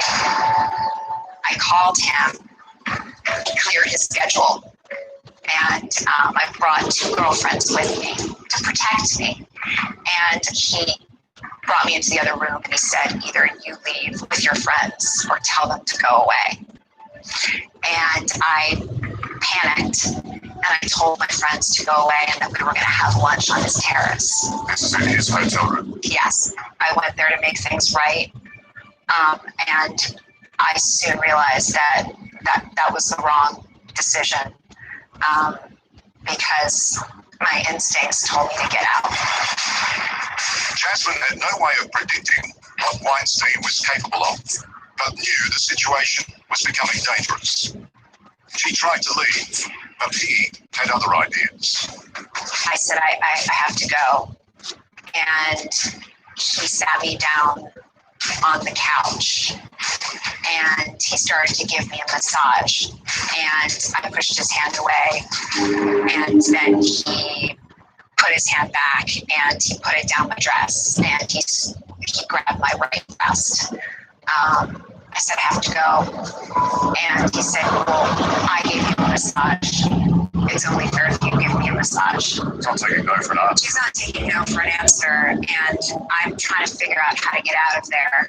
But I thought, okay, it's just a massage. And I started massaging his back. And he took off his shirt and he started like moaning into the bed. And then he pulled me into his arms and then he brought me into the bathroom. He lifted up my dress and he said, let me just look at your legs. And then he said, well, can I just quickly masturbate in front of you? And I said, no. And I pushed past him. I think that at that point, if he had wanted to rape me, then he would have been able to. So it's one of those situations that I actually feel like, was I lucky? And then we got to the elevator and he said, you're lucky I behaved. And I thought, you know, what would this behaving entail? Come, damage control. Harvey Weinstein being Harvey Weinstein, exceptions were made. Weinstein's dirty tactics. You were questioning me like I was a predator or something. Guys, I mean, I'm the victim. Expensive army of spies, silencing victims. It's really terrifying how it happened.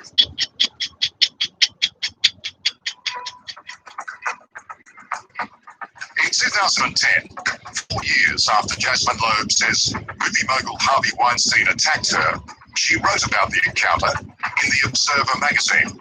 It was a blow-by-blow account, except for one small detail. And why didn't you name him? Because I was too afraid to, and because I don't think our society was ready at that point. I told my editor, and he said he wished he didn't know that. But as if to say, I wish you hadn't told me. Yes, I wouldn't have had any support if I had come out against him, and it would have been me against him, and I didn't have the means to fight him. Little did Jasmine know, White's Seriously, $350 for my electricity bill?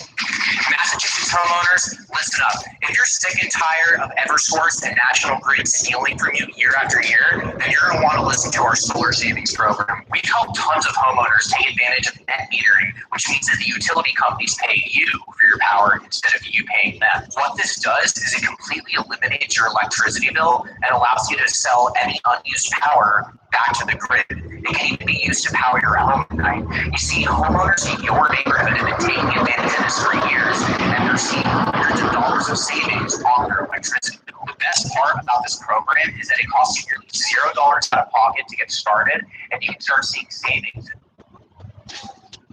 Weinstein had been misbehaving for decades.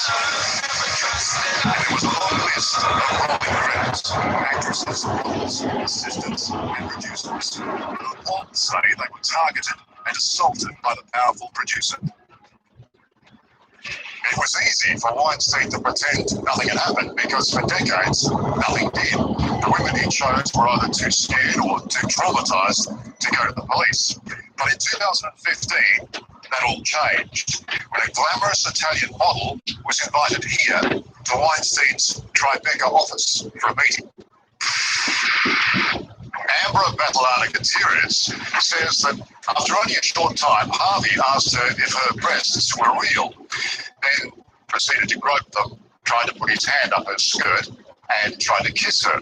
She quickly left and went straight to the police. Now, the NYPD Special Victims Unit was so convinced of Amber's story, they set up a sting for the following night, putting a wire on Ambra to record Weinstein's response. What do we have to do here? I'm going to take a shower. You sit there and have a drink. I'm sorry, I didn't come. No, yesterday was kind of aggressive for me. I need to know a person every time. Amber's secret recordings was astonishing. There was no hint of embarrassment or apology from Weinstein. Going now. Yesterday you touched my feet. I'm used to that. Are you used to that? Yes. It proved his behaviour from the previous day was not unusual. Please. No, I don't want another thing. 5 minutes. No, your friendship would be for 5 minutes. No, I don't want to. Okay, fine. After I left the hotel, I was with the police. They were super happy and saying, wow, now this person is completely finished. You saved a lot of women. For the first time, Harvey Weinstein's sordid behavior was about to be uncovered. Movie mogul Harvey Weinstein facing sexual assault allegations this morning. Police in New York confirmed they're investigating an accusation against Weinstein. But he wouldn't go down without a fight. Weinstein went into damage control and hired a very expensive corporate intelligence company called K2. Their brief was to find dirt on Ambra that could undermine her and her story. Harvey Weinstein came to K2 initially with a matter that they probably wouldn't take on if it was somebody else. Nobody likes to develop information on somebody who's accusing a client of sexual misconduct. But Harvey Weinstein being Harvey Weinstein, exceptions were made. The K2 operatives dug deep and found gold. It was embarrassing information about Amber's past in Italy. And when Weinstein received it, he couldn't wait to start leaking it. The New York Post then went after the Italian model with the story Secret Life of Harvey's shy accuser. The paper stated that she once filed a sexual assault suit against a 70-year-old sugar daddy. It lasted for a week. Everything was about me being a blackmailer, me being a prostitute. They were asking me questions like, are these news real?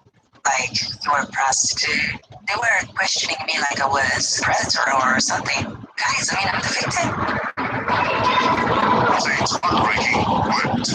The New York District Attorney suddenly got nervous about proceeding with the case and decided Amber's past legal issues made her a problematic witness. Yesterday you touched my feet. I'm used to that. The DA also now found the secret recording of Weinstein did not prove any criminal intent. There would be no charges laid. He seemed really powerful, and he was, and he did everything in his power to keep that. And it's really terrifying how it happened, and that people let it happen, and that people were trying to cover up this massive, well, I was about to say secret, but it wasn't a secret. Coming up, special agents target Rose McGowan. They would have became her friends, and it was all completely fake. Plus, the Aussie who helped Weinstein dig dirt. Why would you want to do that for an accused rapist? And the shocking evidence. You're an Australian. You'd be familiar with the term scumbag. For decades, Harvey Weinstein had successfully evaded being named as a sexual predator. But in 2015, he had come close to being publicly outed when Italian model Ambra Battaglia-Gutierrez went to the police after being attacked in Weinstein's New York office. The NYPD needed proof, though, and so a very brave Ambra, wearing a recording device, went back into Weinstein's lair and secretly recorded this confession. Never do another thing in 5 minutes. Don't move your friendship with me for 5 minutes. Despite this evidence, the district attorney did not press charges.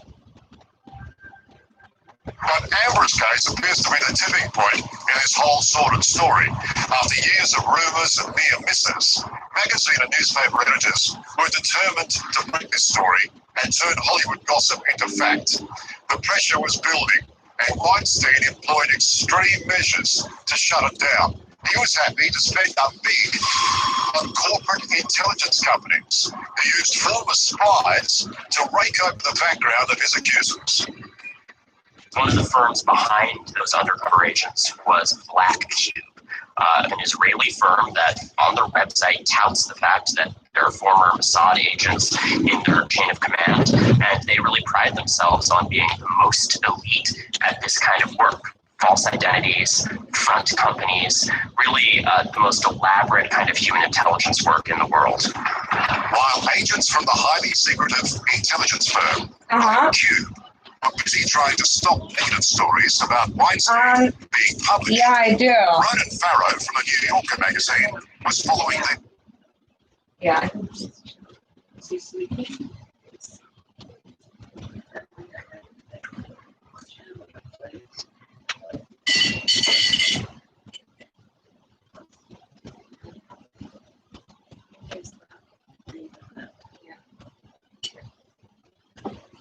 Did you look for any places? What? Not today. Can you pick on that? Yeah. Okay. Oops. Oh, of course. We are going to keep in touch. I know. It's going to be okay. It's going to be a new chapter for all of us.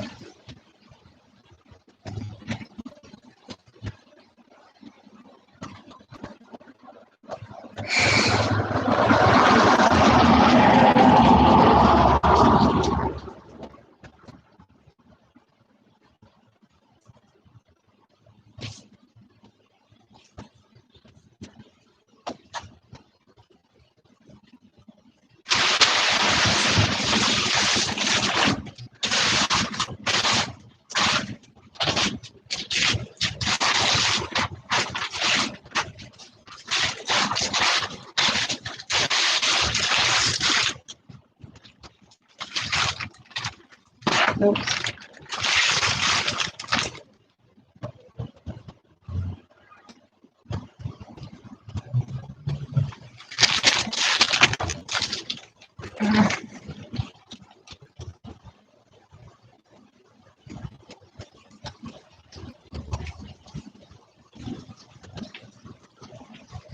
They had tried. When I first talked to you, and then we had that conversation at the end of that interview where I said all your numbers, you said, "Yo, they're up." His entry into their stealthy world came through actress Rose McGowan, who'd accused Weinstein of rape. A woman named Diana Phillip reached out to Rose McGowan, and over the ensuing months, infiltrated herself into Rose McGowan's life, became her friend. They had ice cream together, and it was all completely fake. This woman, Diana Phillip, would secretly record tens of hours of audio of her and route it back to Weinstein. This so-called sympathetic friend, Diana Phillip, was in fact Stella Ken-Pashanek, an ex-Israeli Mossad agent working for Black Cube. They were also pretending to be members of victim support groups. Doesn't get much lower than that, does it? No, it doesn't. That is something that I find intentional. Philip Siegel is a private investigator in New York City. He says what Black Cube did for Harvey Weinstein was not only unethical, but also legally questionable. Black Cube insists that it applies high moral standards to all its work. How high do you think they are? I don't think they held up because they pretended to be people they weren't. And right there, we're not allowed to do that. We look at things as contractors. Plus 300,000 bonus for success rates plus. Yeah. Big money. If your entire reputation rests on success in this, then if you're someone as wealthy as Harvey Weinstein, and if you look at what his legal fees would be, many millions of dollars, this is the kind of money that you would want to pay. So by being outed, is that a disaster? Yeah. This did not go well for Black, and that's unfortunate for them. But I'm glad it happened because it does expose what I view as an ethical way of fact finding. It's never good for the business. Well, as it turned out, it was all very good business for Australian journalist Dylan Howard. He's a former Channel 7 reporter who, after being sacked by the network, moved to Hollywood to mix with the rich and famous. He's now the chief content officer at American Media Inc., an organization that boasts esteemed mastheads like National Enquirer and US Weekly. We caught up with Dylan on a cold New York morning on his way into the office. G'day, Dylan Howard. William Bartlett, 6 minutes ago. I know exactly who you are. You're an absolute icon, Chad. Dylan Howard used his position at AMI to dispatch reporters to dig dirt on Rose McGowan, information that he then passed on to Harvey Weinstein. In one instance, one of Howard's reporters approached the ex-wife of movie director Robert Rodriguez and confirmed that Rodriguez had an affair with Rose McGowan. It's embarrassing and very private information, but Dylan Howard is straight onto Weinstein via email. I have something amazing. Eventually, she let into Rose pretty hard. The Australian appears keen to please and reassures Weinstein that none of the skullduggery can be traced back to him. This is the killer, especially if my fingerprints are not on this. They are not, and the conversation is recorded. Can we talk about the work that you've been doing for your friend Harvey Weinstein? I'm doing absolutely no work for Harvey Weinstein. Well, you've been digging the dirt. No, Weinstein's accusers. Why have you been doing that? our responses have been well articulated. Exactly. Can you talk to me about that? You can actually read our response. Dylan Howard says he's done nothing wrong. He says he was dealing with Harvey Weinstein as part of a television production agreement, which has since been terminated. But incredibly, he also admits that none of the information his journalists gathered on Rose McGowan was ever intended to be published, which begs the question, why was it gathered in the first place? Why would you want to do that for an accused rapist? Nobody knew he was an accused rapist. You're an Australian, come on. Give me the benefit of the term scumbag. He tasks his journalists with digging the dirt on Rose McGowan and then passes it in emails that have been uncovered to Weinstein. And then says later in his defense, what are you diggity darn doing? Story, we would never have used that sort of information to publish. Oops.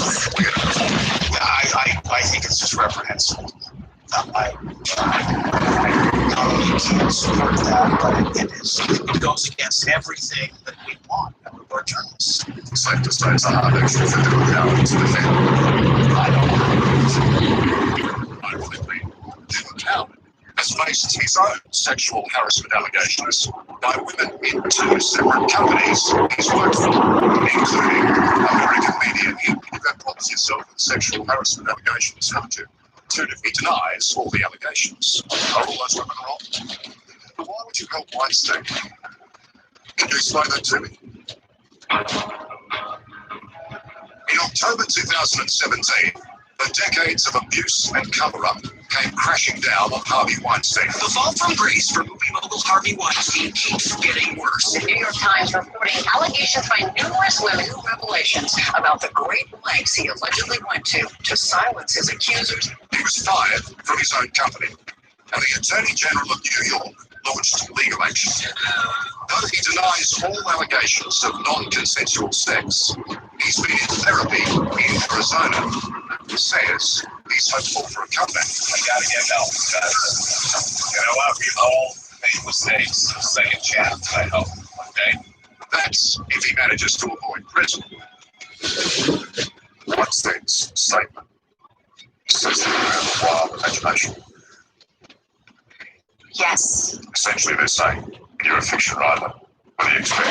Right, but he's denied all of the allegations, and there must be like 80 to 100 women at this point.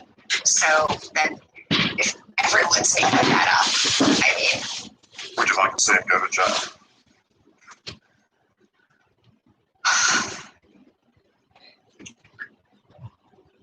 I think I would. The whole thing is really sad. But what he did was so wrong. Just so many women. I'm still afraid of him. I hope so.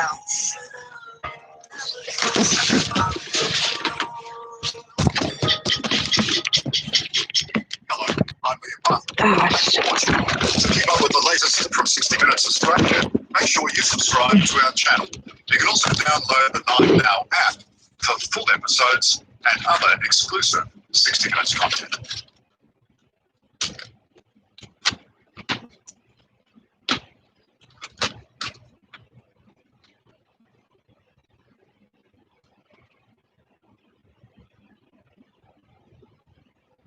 This message is for men who hope to live to age 120.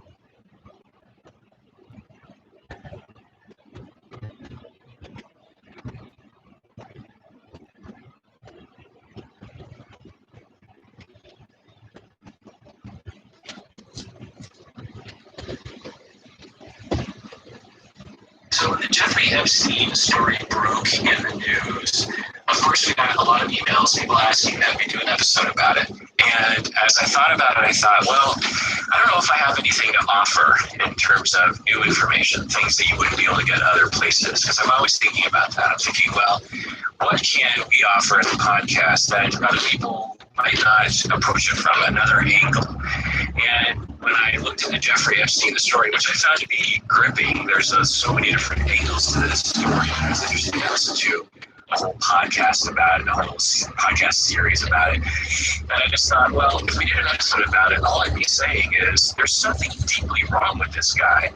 He is a monster. It's terrible what this person is. And I thought, what would we talk about exactly? Well, it's happened a number of times where people will email, because it was, months ago when this story first came out, and people even say this year, it might even been the end of last year. So I get more emails, and okay, gotta talk about it. And you might even remember, Berto, I would say, okay, we're podcasting this week, and we're going to talk about Jeffrey Epstein. And then that was 5 months ago, and we just never, we didn't get to that episode, and I didn't really care because I was like, well, what am I going to say? Well, finally, someone emailed, and it reached a critical mass, and I started to professor came later.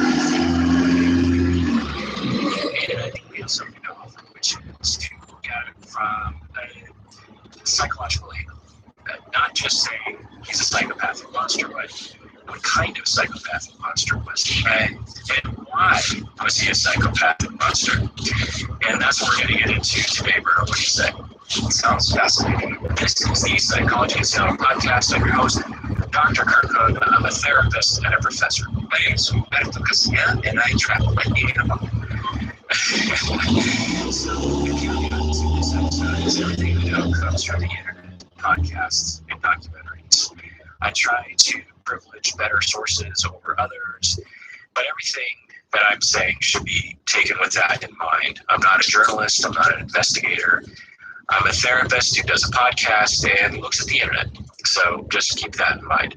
Also, this is not a podcast that has two people who are Epstein experts. Me and Alberto are not experts on the Epstein story. If you are an expert, maybe a super fan, if you will, I might not listen to this episode because we're probably not going to go into the depth that you would prefer. So be aware of that. Also, the main point of this episode is speculating regarding personality disorders and development and that kind of thing. It's all purely a speculation based on extremely limited information available to us.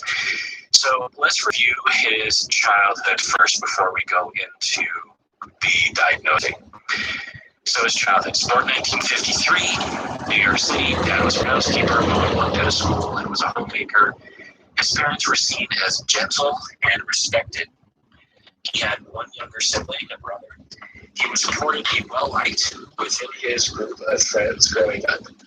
He was known to be quiet and nerdy and awkward. So remember that, quiet, nerdy, and awkward.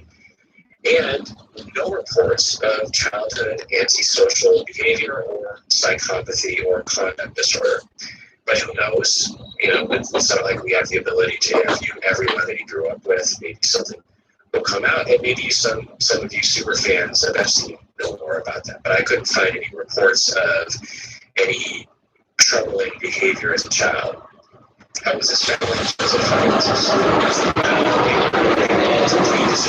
as working class, lower class, and middle class? So Dad was a groundskeeper, so I'm guessing they had made a good enough living in their neighborhood to exist similar to their neighbors or something. So there's that.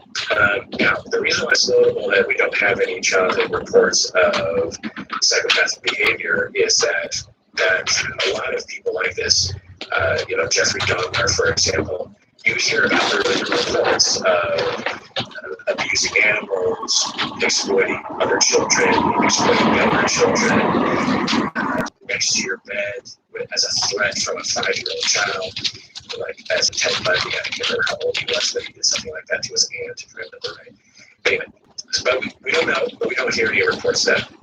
As a teenager, he was a good student, particularly in math, and incidentally, he skipped 2 grades, both the 3rd grade and the 8th grade. He graduated 2 years early at the age of 16, so it's easy. Let's keep that in mind as well. His brother was also smart, reportedly. Adulthood. He went to college. He drove a taxi for work in New York City. He got a job teaching math at a fancy private school. He was apparently well liked by students and other staff, and he was rumored to have a relationship with a teenage girl while he was teaching there. I don't know how old he was at the time. My impression was that he would have been early 20s, and he's having a rumored relationship, let's say a 16-year-old girl.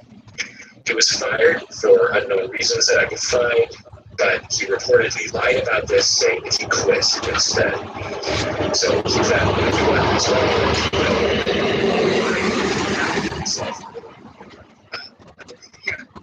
He had lies about his credentials as well. Interesting, because he certainly did it later when he got a job in Wall Street. Interesting. Okay, so let's look at that as well, or keep that in mind. he met upclass people while at the fancy private school, but then hired him as a stock market trader. He did very well. Eventually, he owned his own firm, became filthy rich, and hung out with filthy rich people and powerful people. Bill Clinton, Donald Trump, Kevin Spacey, Prince Andrew. Do we see a pattern here? And many others. There's also lots of reports of philanthropy. Lots of reports. Now, here's the first question for you, Bruno. Well, before I ask the question, we have reports of him giving to charities, like organizations, certainly, but also to individuals. Someone needs money for medical bills. Someone has a kid who's going to college and can't afford it. He would pay for it. And all the things that he didn't ask for recognition. There wasn't a lot of the giving that he gave, but public it wasn't very noticeable or flashy. So the question is, because what people will say often is, oh, he must have been manipulative, he must have been trying to put a monster like Jeffrey Epstein also give to philanthropy without it being part of his monstership. What do you think? Yeah, that's really interesting.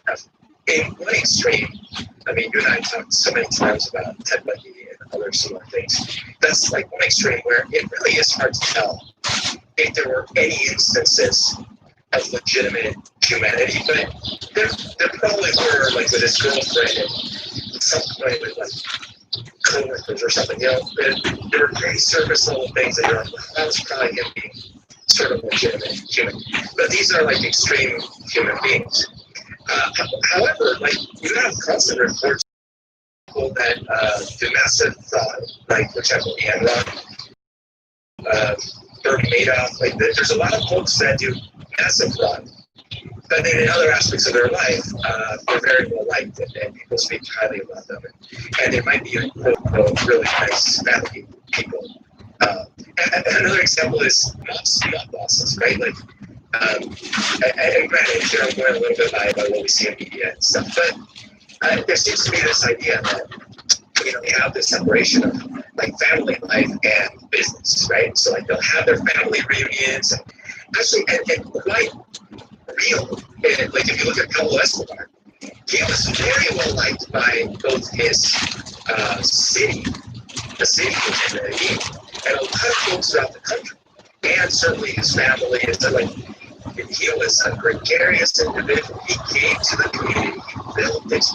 So I actually think it's quite possible common that you see these that kind of. So, like a person that one facet of their life might be a horrible human being, and yet in other parts of their life, they're doing nice things, or being kind, or whatever. Right?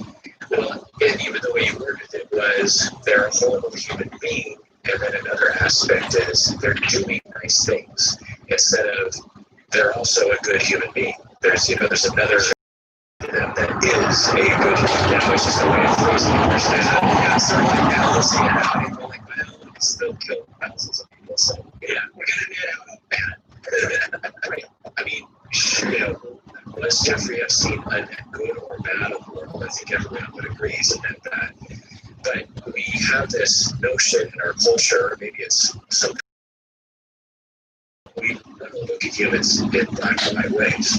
That we do this with politicians all the time. They're either on our team or they're not on our team. They're either a monster or they're a good person. And the fact is that it's just a way of talking about things. So when you actually look at the data, because let's say someone that's a good person like Bill Gates, for example, he gives billions and billions of dollars to charity, very non-flashy things as well. He gives small amounts of millions of dollars to, Bill and the Gates Foundation. They give little bits in year to year for education, this kind of thing. And you might look at Bill Gates and you say, well, that's a good guy, because there's plenty of rich dudes who never give any of their money, or very little of their money to charity. And so we say, okay, he's a good guy. Well, what's the difference between someone that's a good guy versus a guy who is doing good things? It's just a story we tell ourselves. So the data shows that when you actually look at these individuals, these monsters tend to be African-American. So they are capable of empathy and altruism, and it's hard to match up. It's hard to figure that out. We have a really hard time accepting that, and I think it might be somewhat hardwired into us of just like, I can't reconcile the fact that that person is inhuman and yet human at the same time. I've been recently, don't ask me why, because I don't know. But I've been watching a lot of videos about the Aztec culture. Why are you watching videos about it? Just tell you. Let me tell you. I go down those kinds of YouTube rabbit holes every night at about 15. I mean, something triggered it, but I was like, yeah. But the thing is, the Aztecs were, as far as we know historically,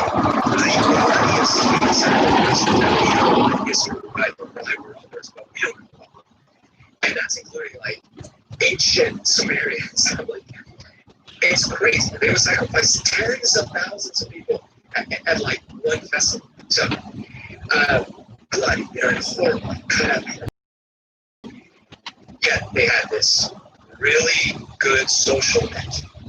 Meaning like they had good social programs, free education for everyone, like aqueduct in the city. Like they had all this like convenience system. They had families, family lives, all these things. Most of the people, the neighboring tribes and things like that. I say most somewhere. But anyways, my point is, obviously I'm not trying to excuse the behavior. It's just that for them, they didn't wake up every morning and like, God, where's monster? They're like, another day, they ask the word, right? And let's go the education. This is great. They're sacrificing someone. Okay. Those are like, in less grotesque ways, but still kind of like realistic. You see the bullfighters in Spain and Colombia a little bit and stuff. And they'll just torture the bull and kill it, and I was like, yay, and then they'll drain the blood and all these things. But then they'll go home and they'll go to church that same Sunday. These are the kind of incredible states that humans are actually quite capable of, right, historically. And I think you touched on another factor as well, as you were talking about. You're like, well, I'm not making excuses. And I think that's one of the things. It's like, well, if you say anything nice about Jeffrey Epstein or just recognize that maybe he was a good guy sometimes, it's mistaken for excusing or even approving of his terrible behavior, which doesn't make any sense anyway. So also, other reports were closely linked. For example, he stayed friends with a lot of his childhood friends, and that kind of tells you something. He remained close friends with his first wife, who became good friends with her husband. And when she was in the hospital, he visited her every day. So it was, if when your ex-wife is still good friends with you for many years after a divorce, something, I don't know what exactly it says, but it says something. That's your first wife is Maxwell. Yeah, Ghislaine, it's not Ghislaine. Yeah. However, he was also very friendly with her daughters. He tutored one of the daughters and spent a lot of time with her. So, what else is going on there as well? All right, so that's the history in a nutshell. He abused children many years, many children, as young as 11, but mostly around 15 years of age. He abused them directly and indirectly, right? Because you have other children. Again, he was essentially at the top of the pyramid of a very large sex trafficking organization. Estimated he personally abused hundreds of children and was a part of trafficking hundreds, if not thousands, of children. He reportedly had sex at least 3 times a day, abusing girls and also having consensual sex with younger women as well, like adults.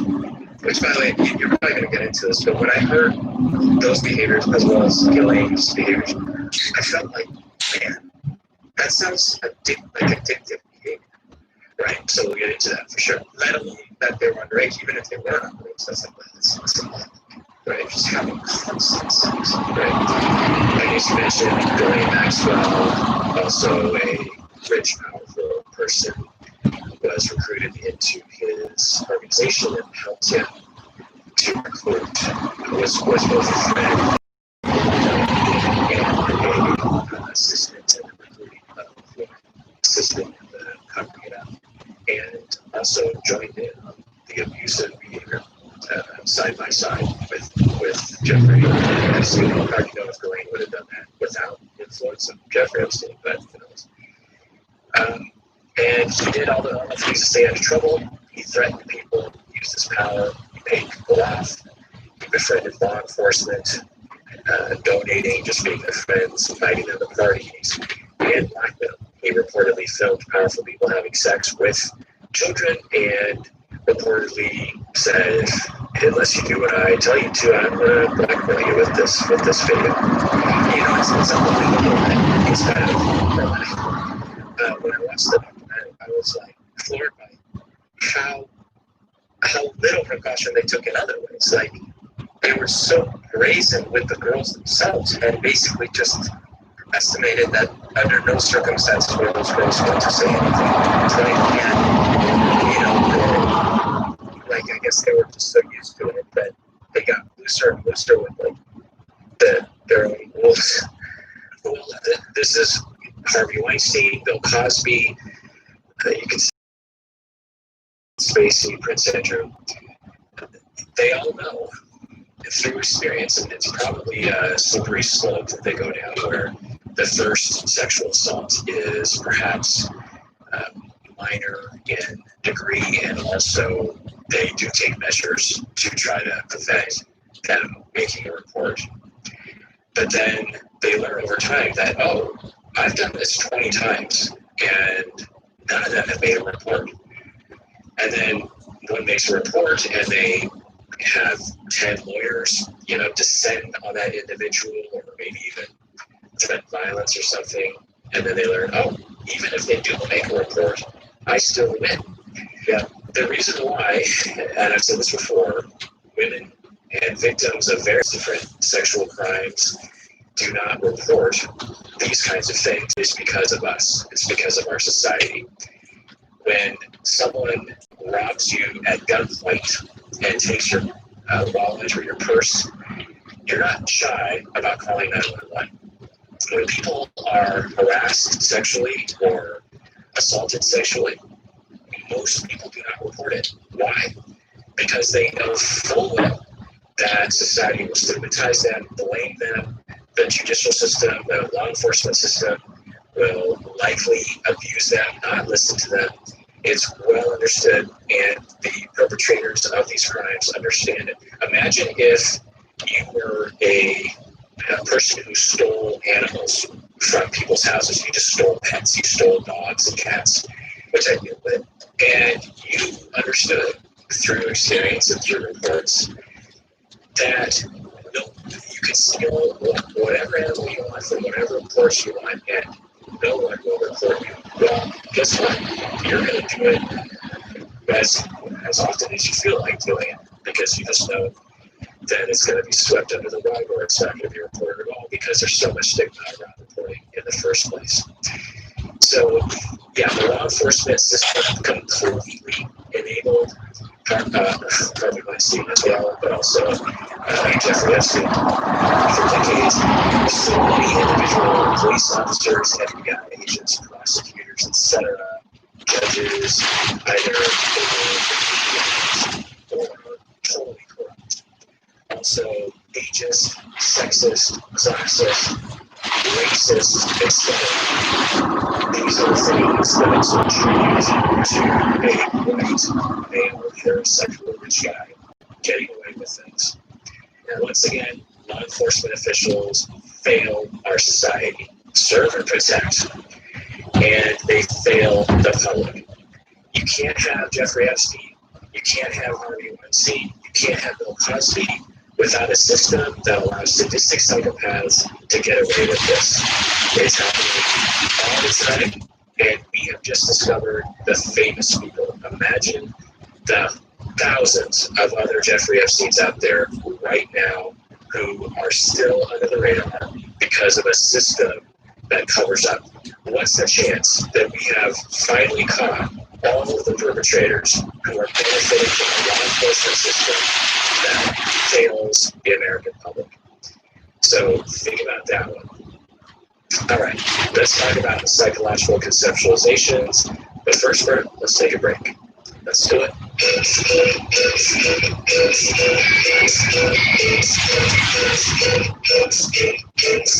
All right, we're back from the break. So let's get into the psychological conceptualizations. Why would Jeffrey Epstein do those things? What makes him different from the rest of us? Bert, what do you think? He seemed to really want to be in the good life, just like be in that world. And he was willing to lie to get them. So, as I mentioned earlier, he fabricated credentials. And then he was like very good at like giving.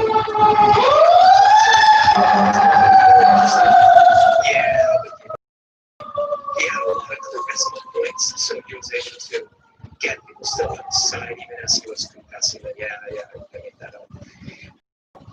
And then the scheme, like, he basically got rich unethically. He got in a lot of Wall Street type schemes that are exactly the kind of thing that we don't find people doing, but he doesn't care. Like, he was in, and then once he got past a certain threshold, then he started using that money and power to do something even more nefarious. So I feel like there was probably something when he was, in his childhood or whatever, about wanting a better life. Maybe he felt guilt or shame. Maybe even though they lived in a reasonable middle class, maybe that was somehow shameful to him. And there must have also been, so that was suggesting that there was some sort of addiction to sex. He was abused or something, but there must have been something that made him an adrenaline or a sexual release. And lastly, I think about control, like power. Like he seemed like he really wanted to assert power, and basically got more money. How many of these girls he could exert power over, rather than just that he got a girlfriend that he had a relationship with or something like that. Yeah, I think that's a good. So let's get into some of the clinical language here. Well, obviously, we're looking at psychopathy or psychopathy. Like, there's lots of different descriptions of psychopathy. It's a word that is used even in clinical language in a variety of ways, but people generally mean it in the HARE sense, which is HARE, which is a fellow Canadian psychologist and leading psychologist. And there are 20 items that he developed that are to measure whether or not someone is a psychopath. And this is, like I said, a particular kind of psychopath. We'll get later into different kinds of psychopathy, but psychopathy, psychopathy. So the way that you do this is that there are 12 different items, and the first one is glib and superficial charm. And as we go through this, the way you score it is to say either 0, 1, or 2. 0 means not present, 1 means kind of, and 2 means yes, it's present. So, number 1, glib and superficial charm. This means that you're charismatic, you're glib, meaning that it's not authentic. There's nothing wrong with being charismatic, there's nothing wrong with being well-liked. There's something wrong, something psychopathic about being fake charisma and fake well-liked. Never know 0, 1, or 2. Based on what I know, is admittedly just from documentary and a few articles I read, I'm going to go on because there is evidence that he would be false and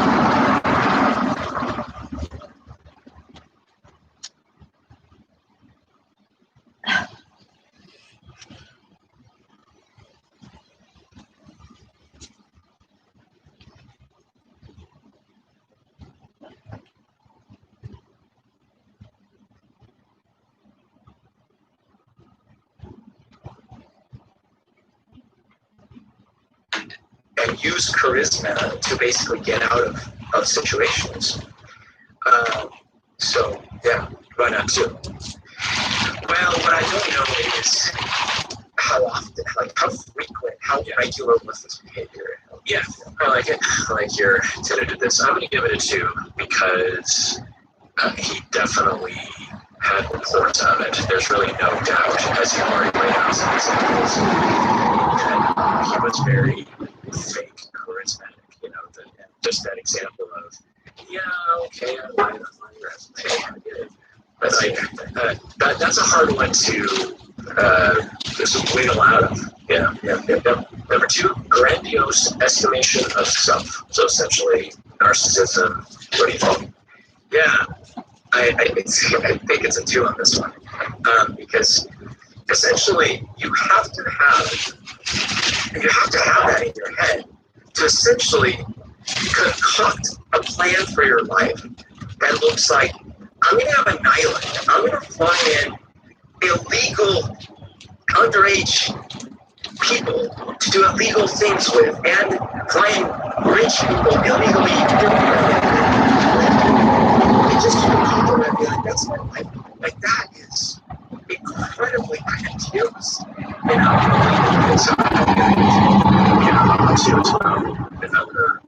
wouldn't go off of just that, because that's more of lack of empathy, really, and sadism. But other guys, I mean it more in the sense of, like, you know, if you ask someone, like, what's your plan for the next 5 years? And someone tells you, I think I'm going to get an island.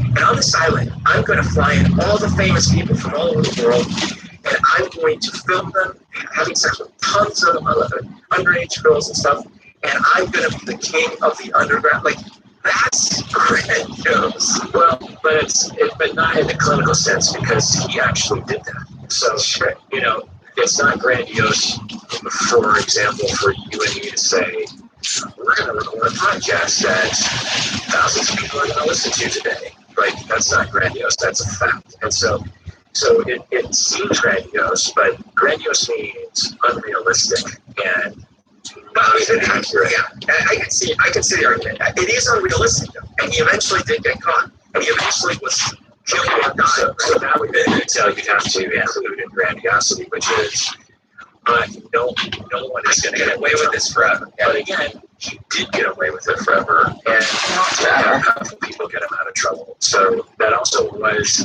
not a. But let me give an example of clinical grandiosity. So forever, clinically, it's not forever. Fairness could have kept going longer. Oh, are you saying even if that got away with it?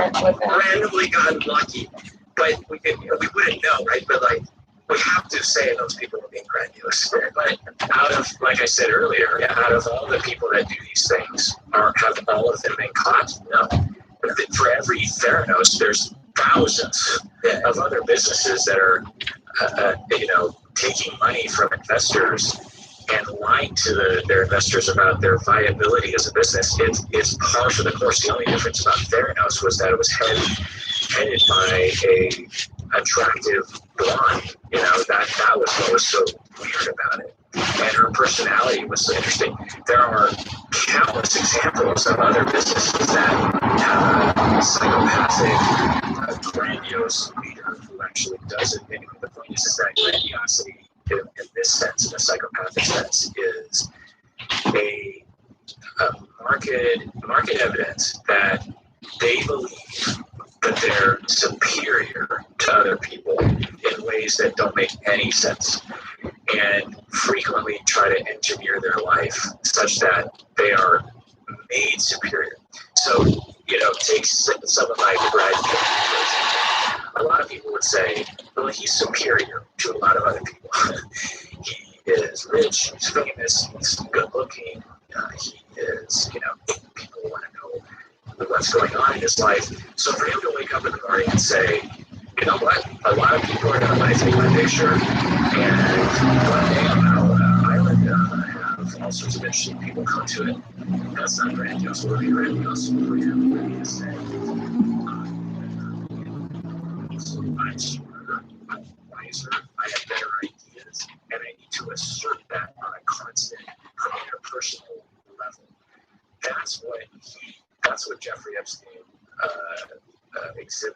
was that he frequently had to establish he was rich, he was important, he was powerful, he did have fame, but he frequently had to, according to reports, which it's hard to know, he frequently had to assert himself as such. He frequently had to make sure that people understood that he was rich. He frequently had to make sure that people understood that he was famous and well liked and important. That's the grandiosity. That's the need for people to provide someone with narcissistic supply. Yes, Jeffrey Epstein, you're the best. Yes, Jeffrey Epstein, you are so smart. Yes, Jeffrey Epstein, you have nice things. That's what narcissism is referring to. Number 6, number 7, shallow defend someone who is not given one. Number 8, callous and lack of empathy, 100%. Number 9, parasitic lifestyle, no. Number 10, unless you count things he did at the beginning. Well, actually, no. He did exhibit parasitic lifestyle. Because, yeah, in the beginning, that's how he got his start. Yeah, okay, so I'll give it a 1. Number 10, poor behavioral controls. Definitely with regards to sexual crimes, but unless you have other evidence. Well, the only thing I'll say from the documentary is he didn't seem to be able to stop himself going after the young girls, which, again, the general personality trait would lead to all sorts of behavioral controls, punching people in the face at a party, spending all your money in Vegas, these kinds of things. Number 11, sexual promiscuity, definitely with regards to sexual crimes. It's hard to gauge, though, because he had a particular sexual sadism that, because the classic sexual promiscuity with regards to psychopathy usually has to do with cheating on people. And it's the fact that he had an overwhelming sexual compulsion to predate on young children. It's hard to tease out what was that and what was general psychopathy. Number 12, early behavioral problems, no reports, but we don't have much reports of anything. Number 13, lack of realistic long-term goals, really no indication there. 14, impulsivity, definitely regarding sexual crimes, but I didn't read anything that indicated classic psychopathic impulsivity issues. 15, irresponsibility, same kind of thing. You can argue, but hard to know. 16, failure to accept responsibility for their own actions, yes. 17, many short marital relationships, no. 18, juvenile delinquency, no. 19, revocation of conditional release and criminal versatility, no reports anyway. So scoring-wise, he scores in a range of traits and not like a full-on classic fair psychopath. That's not antisocial personality disorder. This one might actually. So let's look at the 7 criteria. Yes, failure to conform to social norms. Yes or no? Yes. Yeah. Deceitfulness. Yes or no? Yes. Impulsivity. Well, like I said, it seems impulsive that he could stop himself from getting more and more and more. 13, irritability and aggressiveness. Not sure. Yeah, no evidence. A couple of the women reported him becoming very intimidating. Yeah, he wasn't generally aggressive as the antisocial person usually is. 5, reckless disregard for the safety of self and others. I don't know. Yes, this is referring to the abuse of other human beings. He did not care for the safety of these girls. And so he was absolutely, this is 100% endorsed.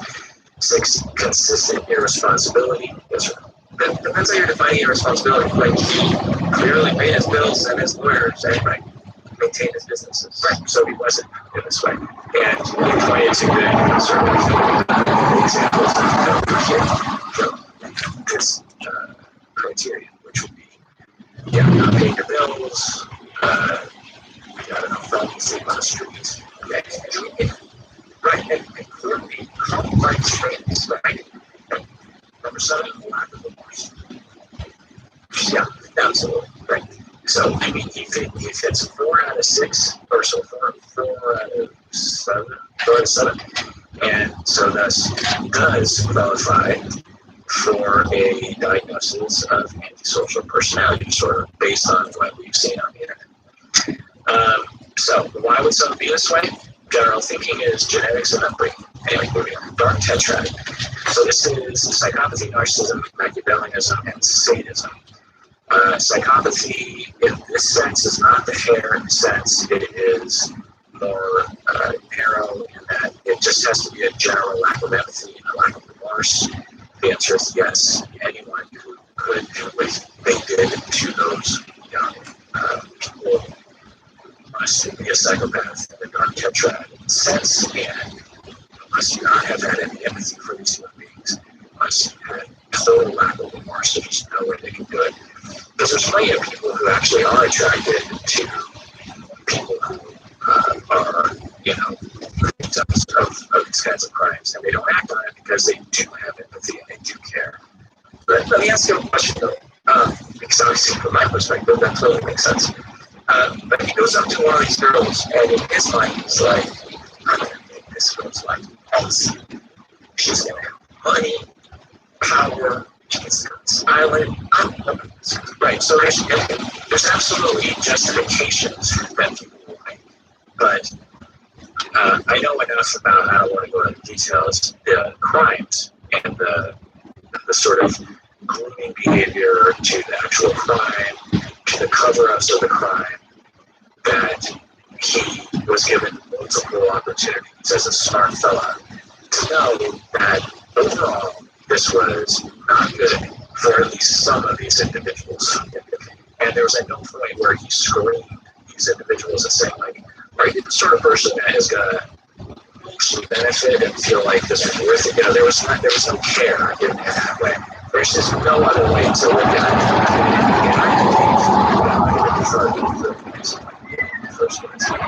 I would say that seemed so clear to me that the sex part was almost secondary to him. In fact, the descriptions from the girls a lot of times is like, oh, he just wanted this. Like, it wasn't like he always needed full-on sex, So I kept thinking, like, yeah, obviously sex is part of this, but a lot of this is this weird taking control of this person's life.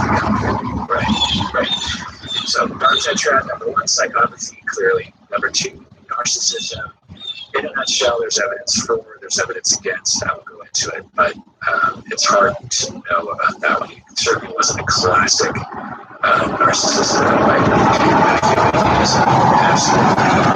absolutely manipulative, calculating, deceptive, seemingly obsessed with the game that he was playing. Sadism, absolutely. Enjoyed hurting other people, seemingly got a thrill. There's no other way to do this without a heavy dose of sexual sadism, because as you say, Bruno, if you just wanted to have sex, the man could have had as much sex as he wanted to with as many adults as he wanted. I mean, yeah, he could have had, there were supermodels that were wanting to date the guy. He could have, and sometimes did, have sex all the time with these people, but there was something different about this guy that he wanted to seemingly harm other people. Like I said, it's one thing to be attracted to a 12-year-old. It's another thing. So there's different avenues. I don't think I've ever really thought about this before, but. And by the way, if you have trauma, you might not want to listen to the rest of this episode because you might get some specifics around it. So please take care of yourself, trigger warning on this. Pause it, come back later, check in with your body, that kind of thing. So there's different kinds of, this isn't really my specialty, but I've become at least half specialist because the listeners have asked me to look into so many of these individuals, and I've looked at their research and thought about it and heard accounts from these criminals. And I think there's a lot of different routes to this. One route is that they're very attracted to young people for whatever reason. You could call it sexual orientation. And they also have empathy and altruism and care, for they're not a psychopath. But they're so desperate to get their sexual needs met that they will justify it to themselves. And the typical story you'll hear is they will groom the person, they'll become friends with them, and all the time the predator is saying this as well. I haven't done anything to him. We're just friends. I haven't committed any crime. And then they become. Hello? How do I get my mail? Yeah, right now I have my mail, most of my mail sent over to my parents' house. Yeah. Yeah. But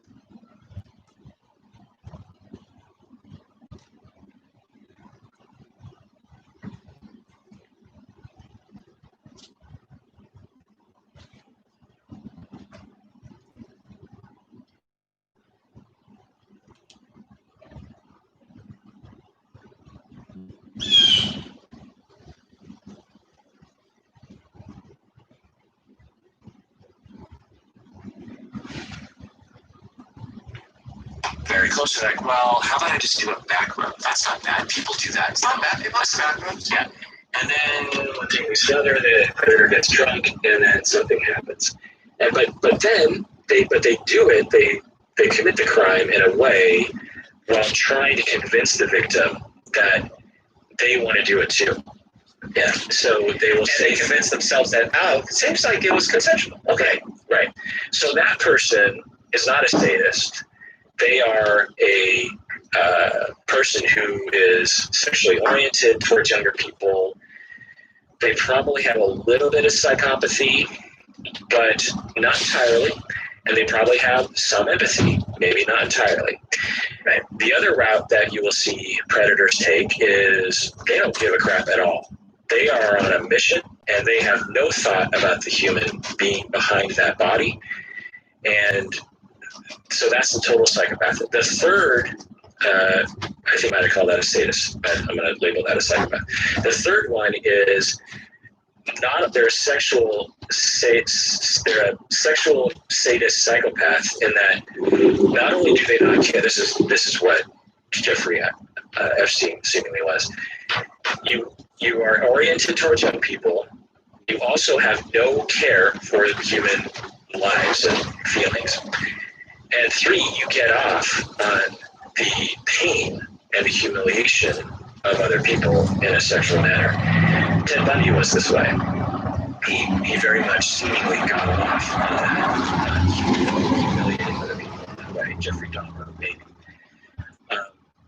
So there's a lot of different routes to victimization. In fact, we had a guest on the show, I think last year. I can't remember what I called the episode. Something like his story of, I can't remember the title, but something along the lines of he survived horrific sexual abuse growing up, and he actually told the story of 2 different predators, one of which was the neighborhood older guy who was friends to younger people, and that guy abused him, but he liked him. The guy, the victim, as an adult now, he actually feels bad for him. He feels bad for his abuser. But he had the second abuser who was at the height, the head of this sexual abuse ring. And that guy, he said, he hated the whole time. He was out to hurt other people. He liked to humiliate in general. He liked to hurt people in a variety of different ways, including sexually. Yeah, that's the part that I don't think it's as clean, as clear cut. Sorry, with Epstein, because and let me put it this way: organizational size as well as the number of high-profile people involved, maybe at least he had to keep some semblance of that. Hey, these are just fun-loving younger girls, as opposed to like, this is a torturous endeavor. You know, like the whole QAnon thing. That's not what this was. This wasn't like, yeah, we steal young children to torture them and then eat their flesh. This was like, ah, dude, it's fun. It's an island full of and now, privately, and what his behaviors with the women, yeah, you're right. It seems like he was, like I was saying, he seems like he was a lot more into like the domination of it. But I didn't get to say, like, he certainly wasn't killing people. No, he wasn't. Anyways, I just, it's weird. It's a weird, yeah, it's hard to know, and you would have to get a report from him to really know.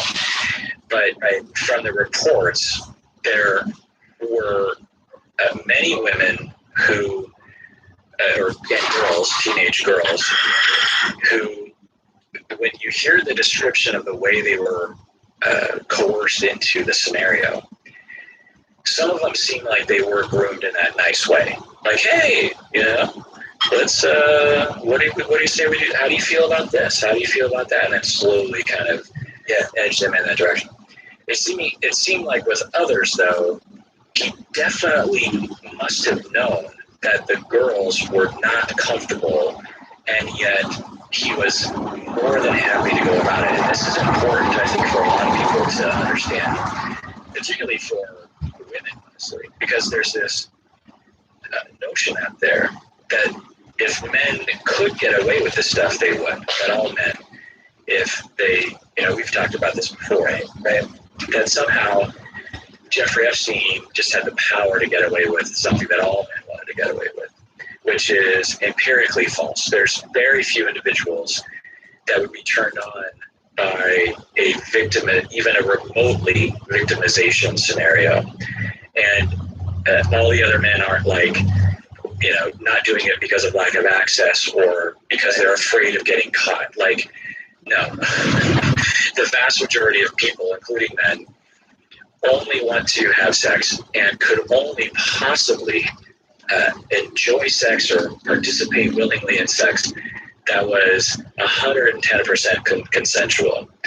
So we just want to be clear on that. There was something very particular about Jeffrey Epstein that was very different about him. Okay, so we talked about dark tetrad, we talked about Hare's psychopathy. Now let's talk about evolutionary psychology. What about evolutionary psychology might be able to explain Jeffrey Epstein? Oh, you setting me up failure again. Evolutionary psychology. Well, I could see a couple of flawed arguments, but I could see like, there was an advantage for male to try to find young, healthy females to procreate with, because the younger, the more likely that except not too young, but within a range, the more likely that the fetus would survive and to be given birth and blah, blah, blah. And, of course, the more the better, because that gives your seed more chances at survival. Yeah, but there you go. So that's the hypothesis. And a lot of people in evolutionary psychology and among the lay public have accepted this hook, line, and sinker, this notion that men evolved differently than women. Men evolved to hoard young women and try to have sex with as many of them as possible and to keep them away from other men. Men evolved even to sexually assault to sexually assault women. And the only reason why men today don't do it as often as they want to is because society prevents them from being their true selves. And the claim would be that Jeffrey Epstein just had the power to express his natural human drive for aggression and spreading his seed among young females. So, and make no joke about it, that is a common conclusion among evolutionary psychologists. Not every evolutionary psychologist would agree with that, but many do. So I've read, again, not really my professional area, but because of this podcast and fighting with Umberto over 12 years about this topic, I have learned a lot about it. And my conclusions, as I think Umberto has also concluded after many debates, and this is based on the entirety of the research that I've read over the years, is that it's almost impossible for us humans to understand our natural state. And we could almost say anything because there's really evidence for a lot of things. There is evidence that sexual coercion might have been in our natural pasts, because there are many people, men and women, who actually have sexual fantasies of sexual coercion. You actually ask people, do you have fantasies of being sexually coerced and forced into sex? And a sizable percentage of people, women included, will say, yeah, I do have fantasies about being overpowered sexually. So that points in that direction. And what seems to be the reality is that we evolved to not have a natural state in a lot of different areas. We seem to evolve to be extremely adaptable to whatever society we are born into, and which kind of makes a lot of sense in terms of like us as thinking creatures and social creatures, because our language is so strong and our ability to create culture is so strong. It stands to reason that we evolved our natural state with society in mind. That we didn't just evolve the way other animals evolve. You were purely flipped over backwards, little babe. Are you okay? Have sex and that kind of thing. That we evolved in a system I'm sorry, little of babe. societies. Are you okay? And it was I'm so glad you seem okay. A trait I'm so glad you seem okay. Let's You want allow a some lot kale? of our sexuality and a lot of our aggression and a lot of our ideas of pair bonding. Why don't we leave that a little bit open? Because we don't know what society this next human is going to be born into. See, that's And what you those get for humans being who are no. too inflexible to those areas might have been evolved out of our gene pool. Anyway, yeah, where I will draw some lines. Oh, you're so brave, but you're so mischievous. If we're speaking about just little babe just went, I saw him like this, backwards, facing the television, going backwards, falling off something, like something happened, and all of a sudden he fell. He must have done a backflip or something. A small caveat is that seemingly in the past, girls will become fertile a little later because of different things that we're doing to people today. But yes, well, let's say 15 or something. Yeah. The point is definitely under the quote unquote minimum age for our society. What are you doing? And similarly, boys, boys started being able to produce sperm at around whatever. Put the wheel in the car. The onset of puberty, let's say 13. Okay, so we biologically evolved to 18. Second, we certainly didn't evolve for longevity survival. Anyone past probably 50 or 60, our bodies did not evolve to survive well past those years. That's why it's sort of like great when you see someone into their 80s, 90s, 100s, because it's like, wow.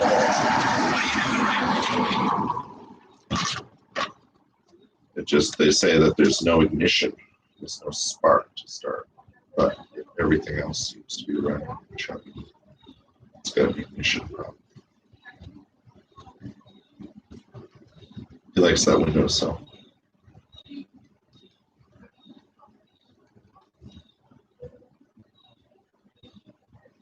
But he eats.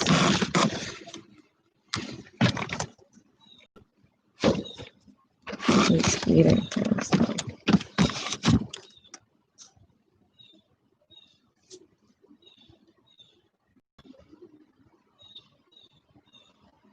So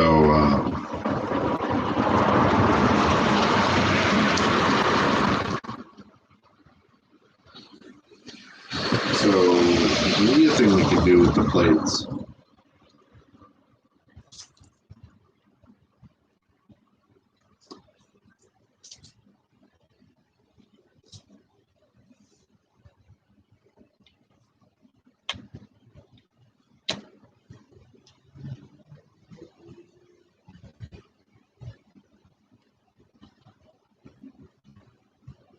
Just take them off.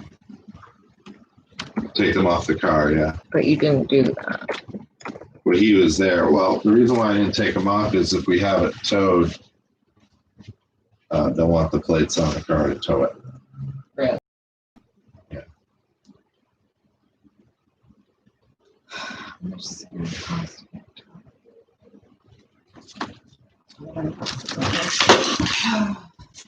Well, I'll start looking up what to do about that.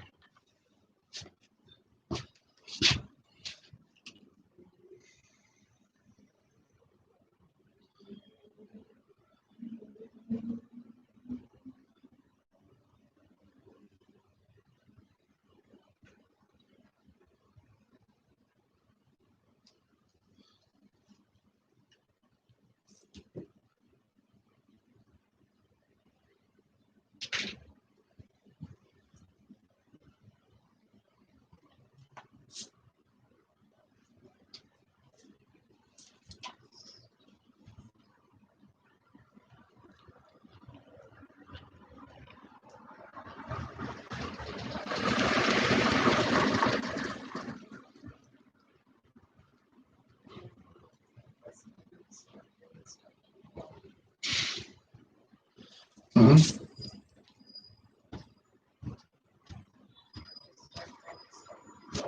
Yeah. Yes.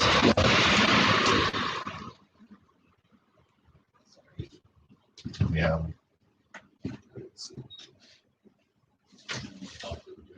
I'm gonna start bringing stuff to Lowell. That's gonna be the first thing that I think we do. And then,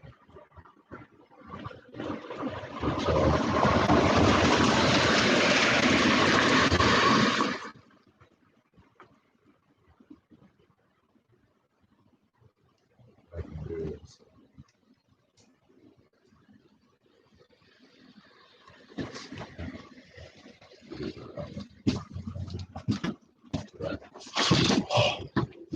What are you doing?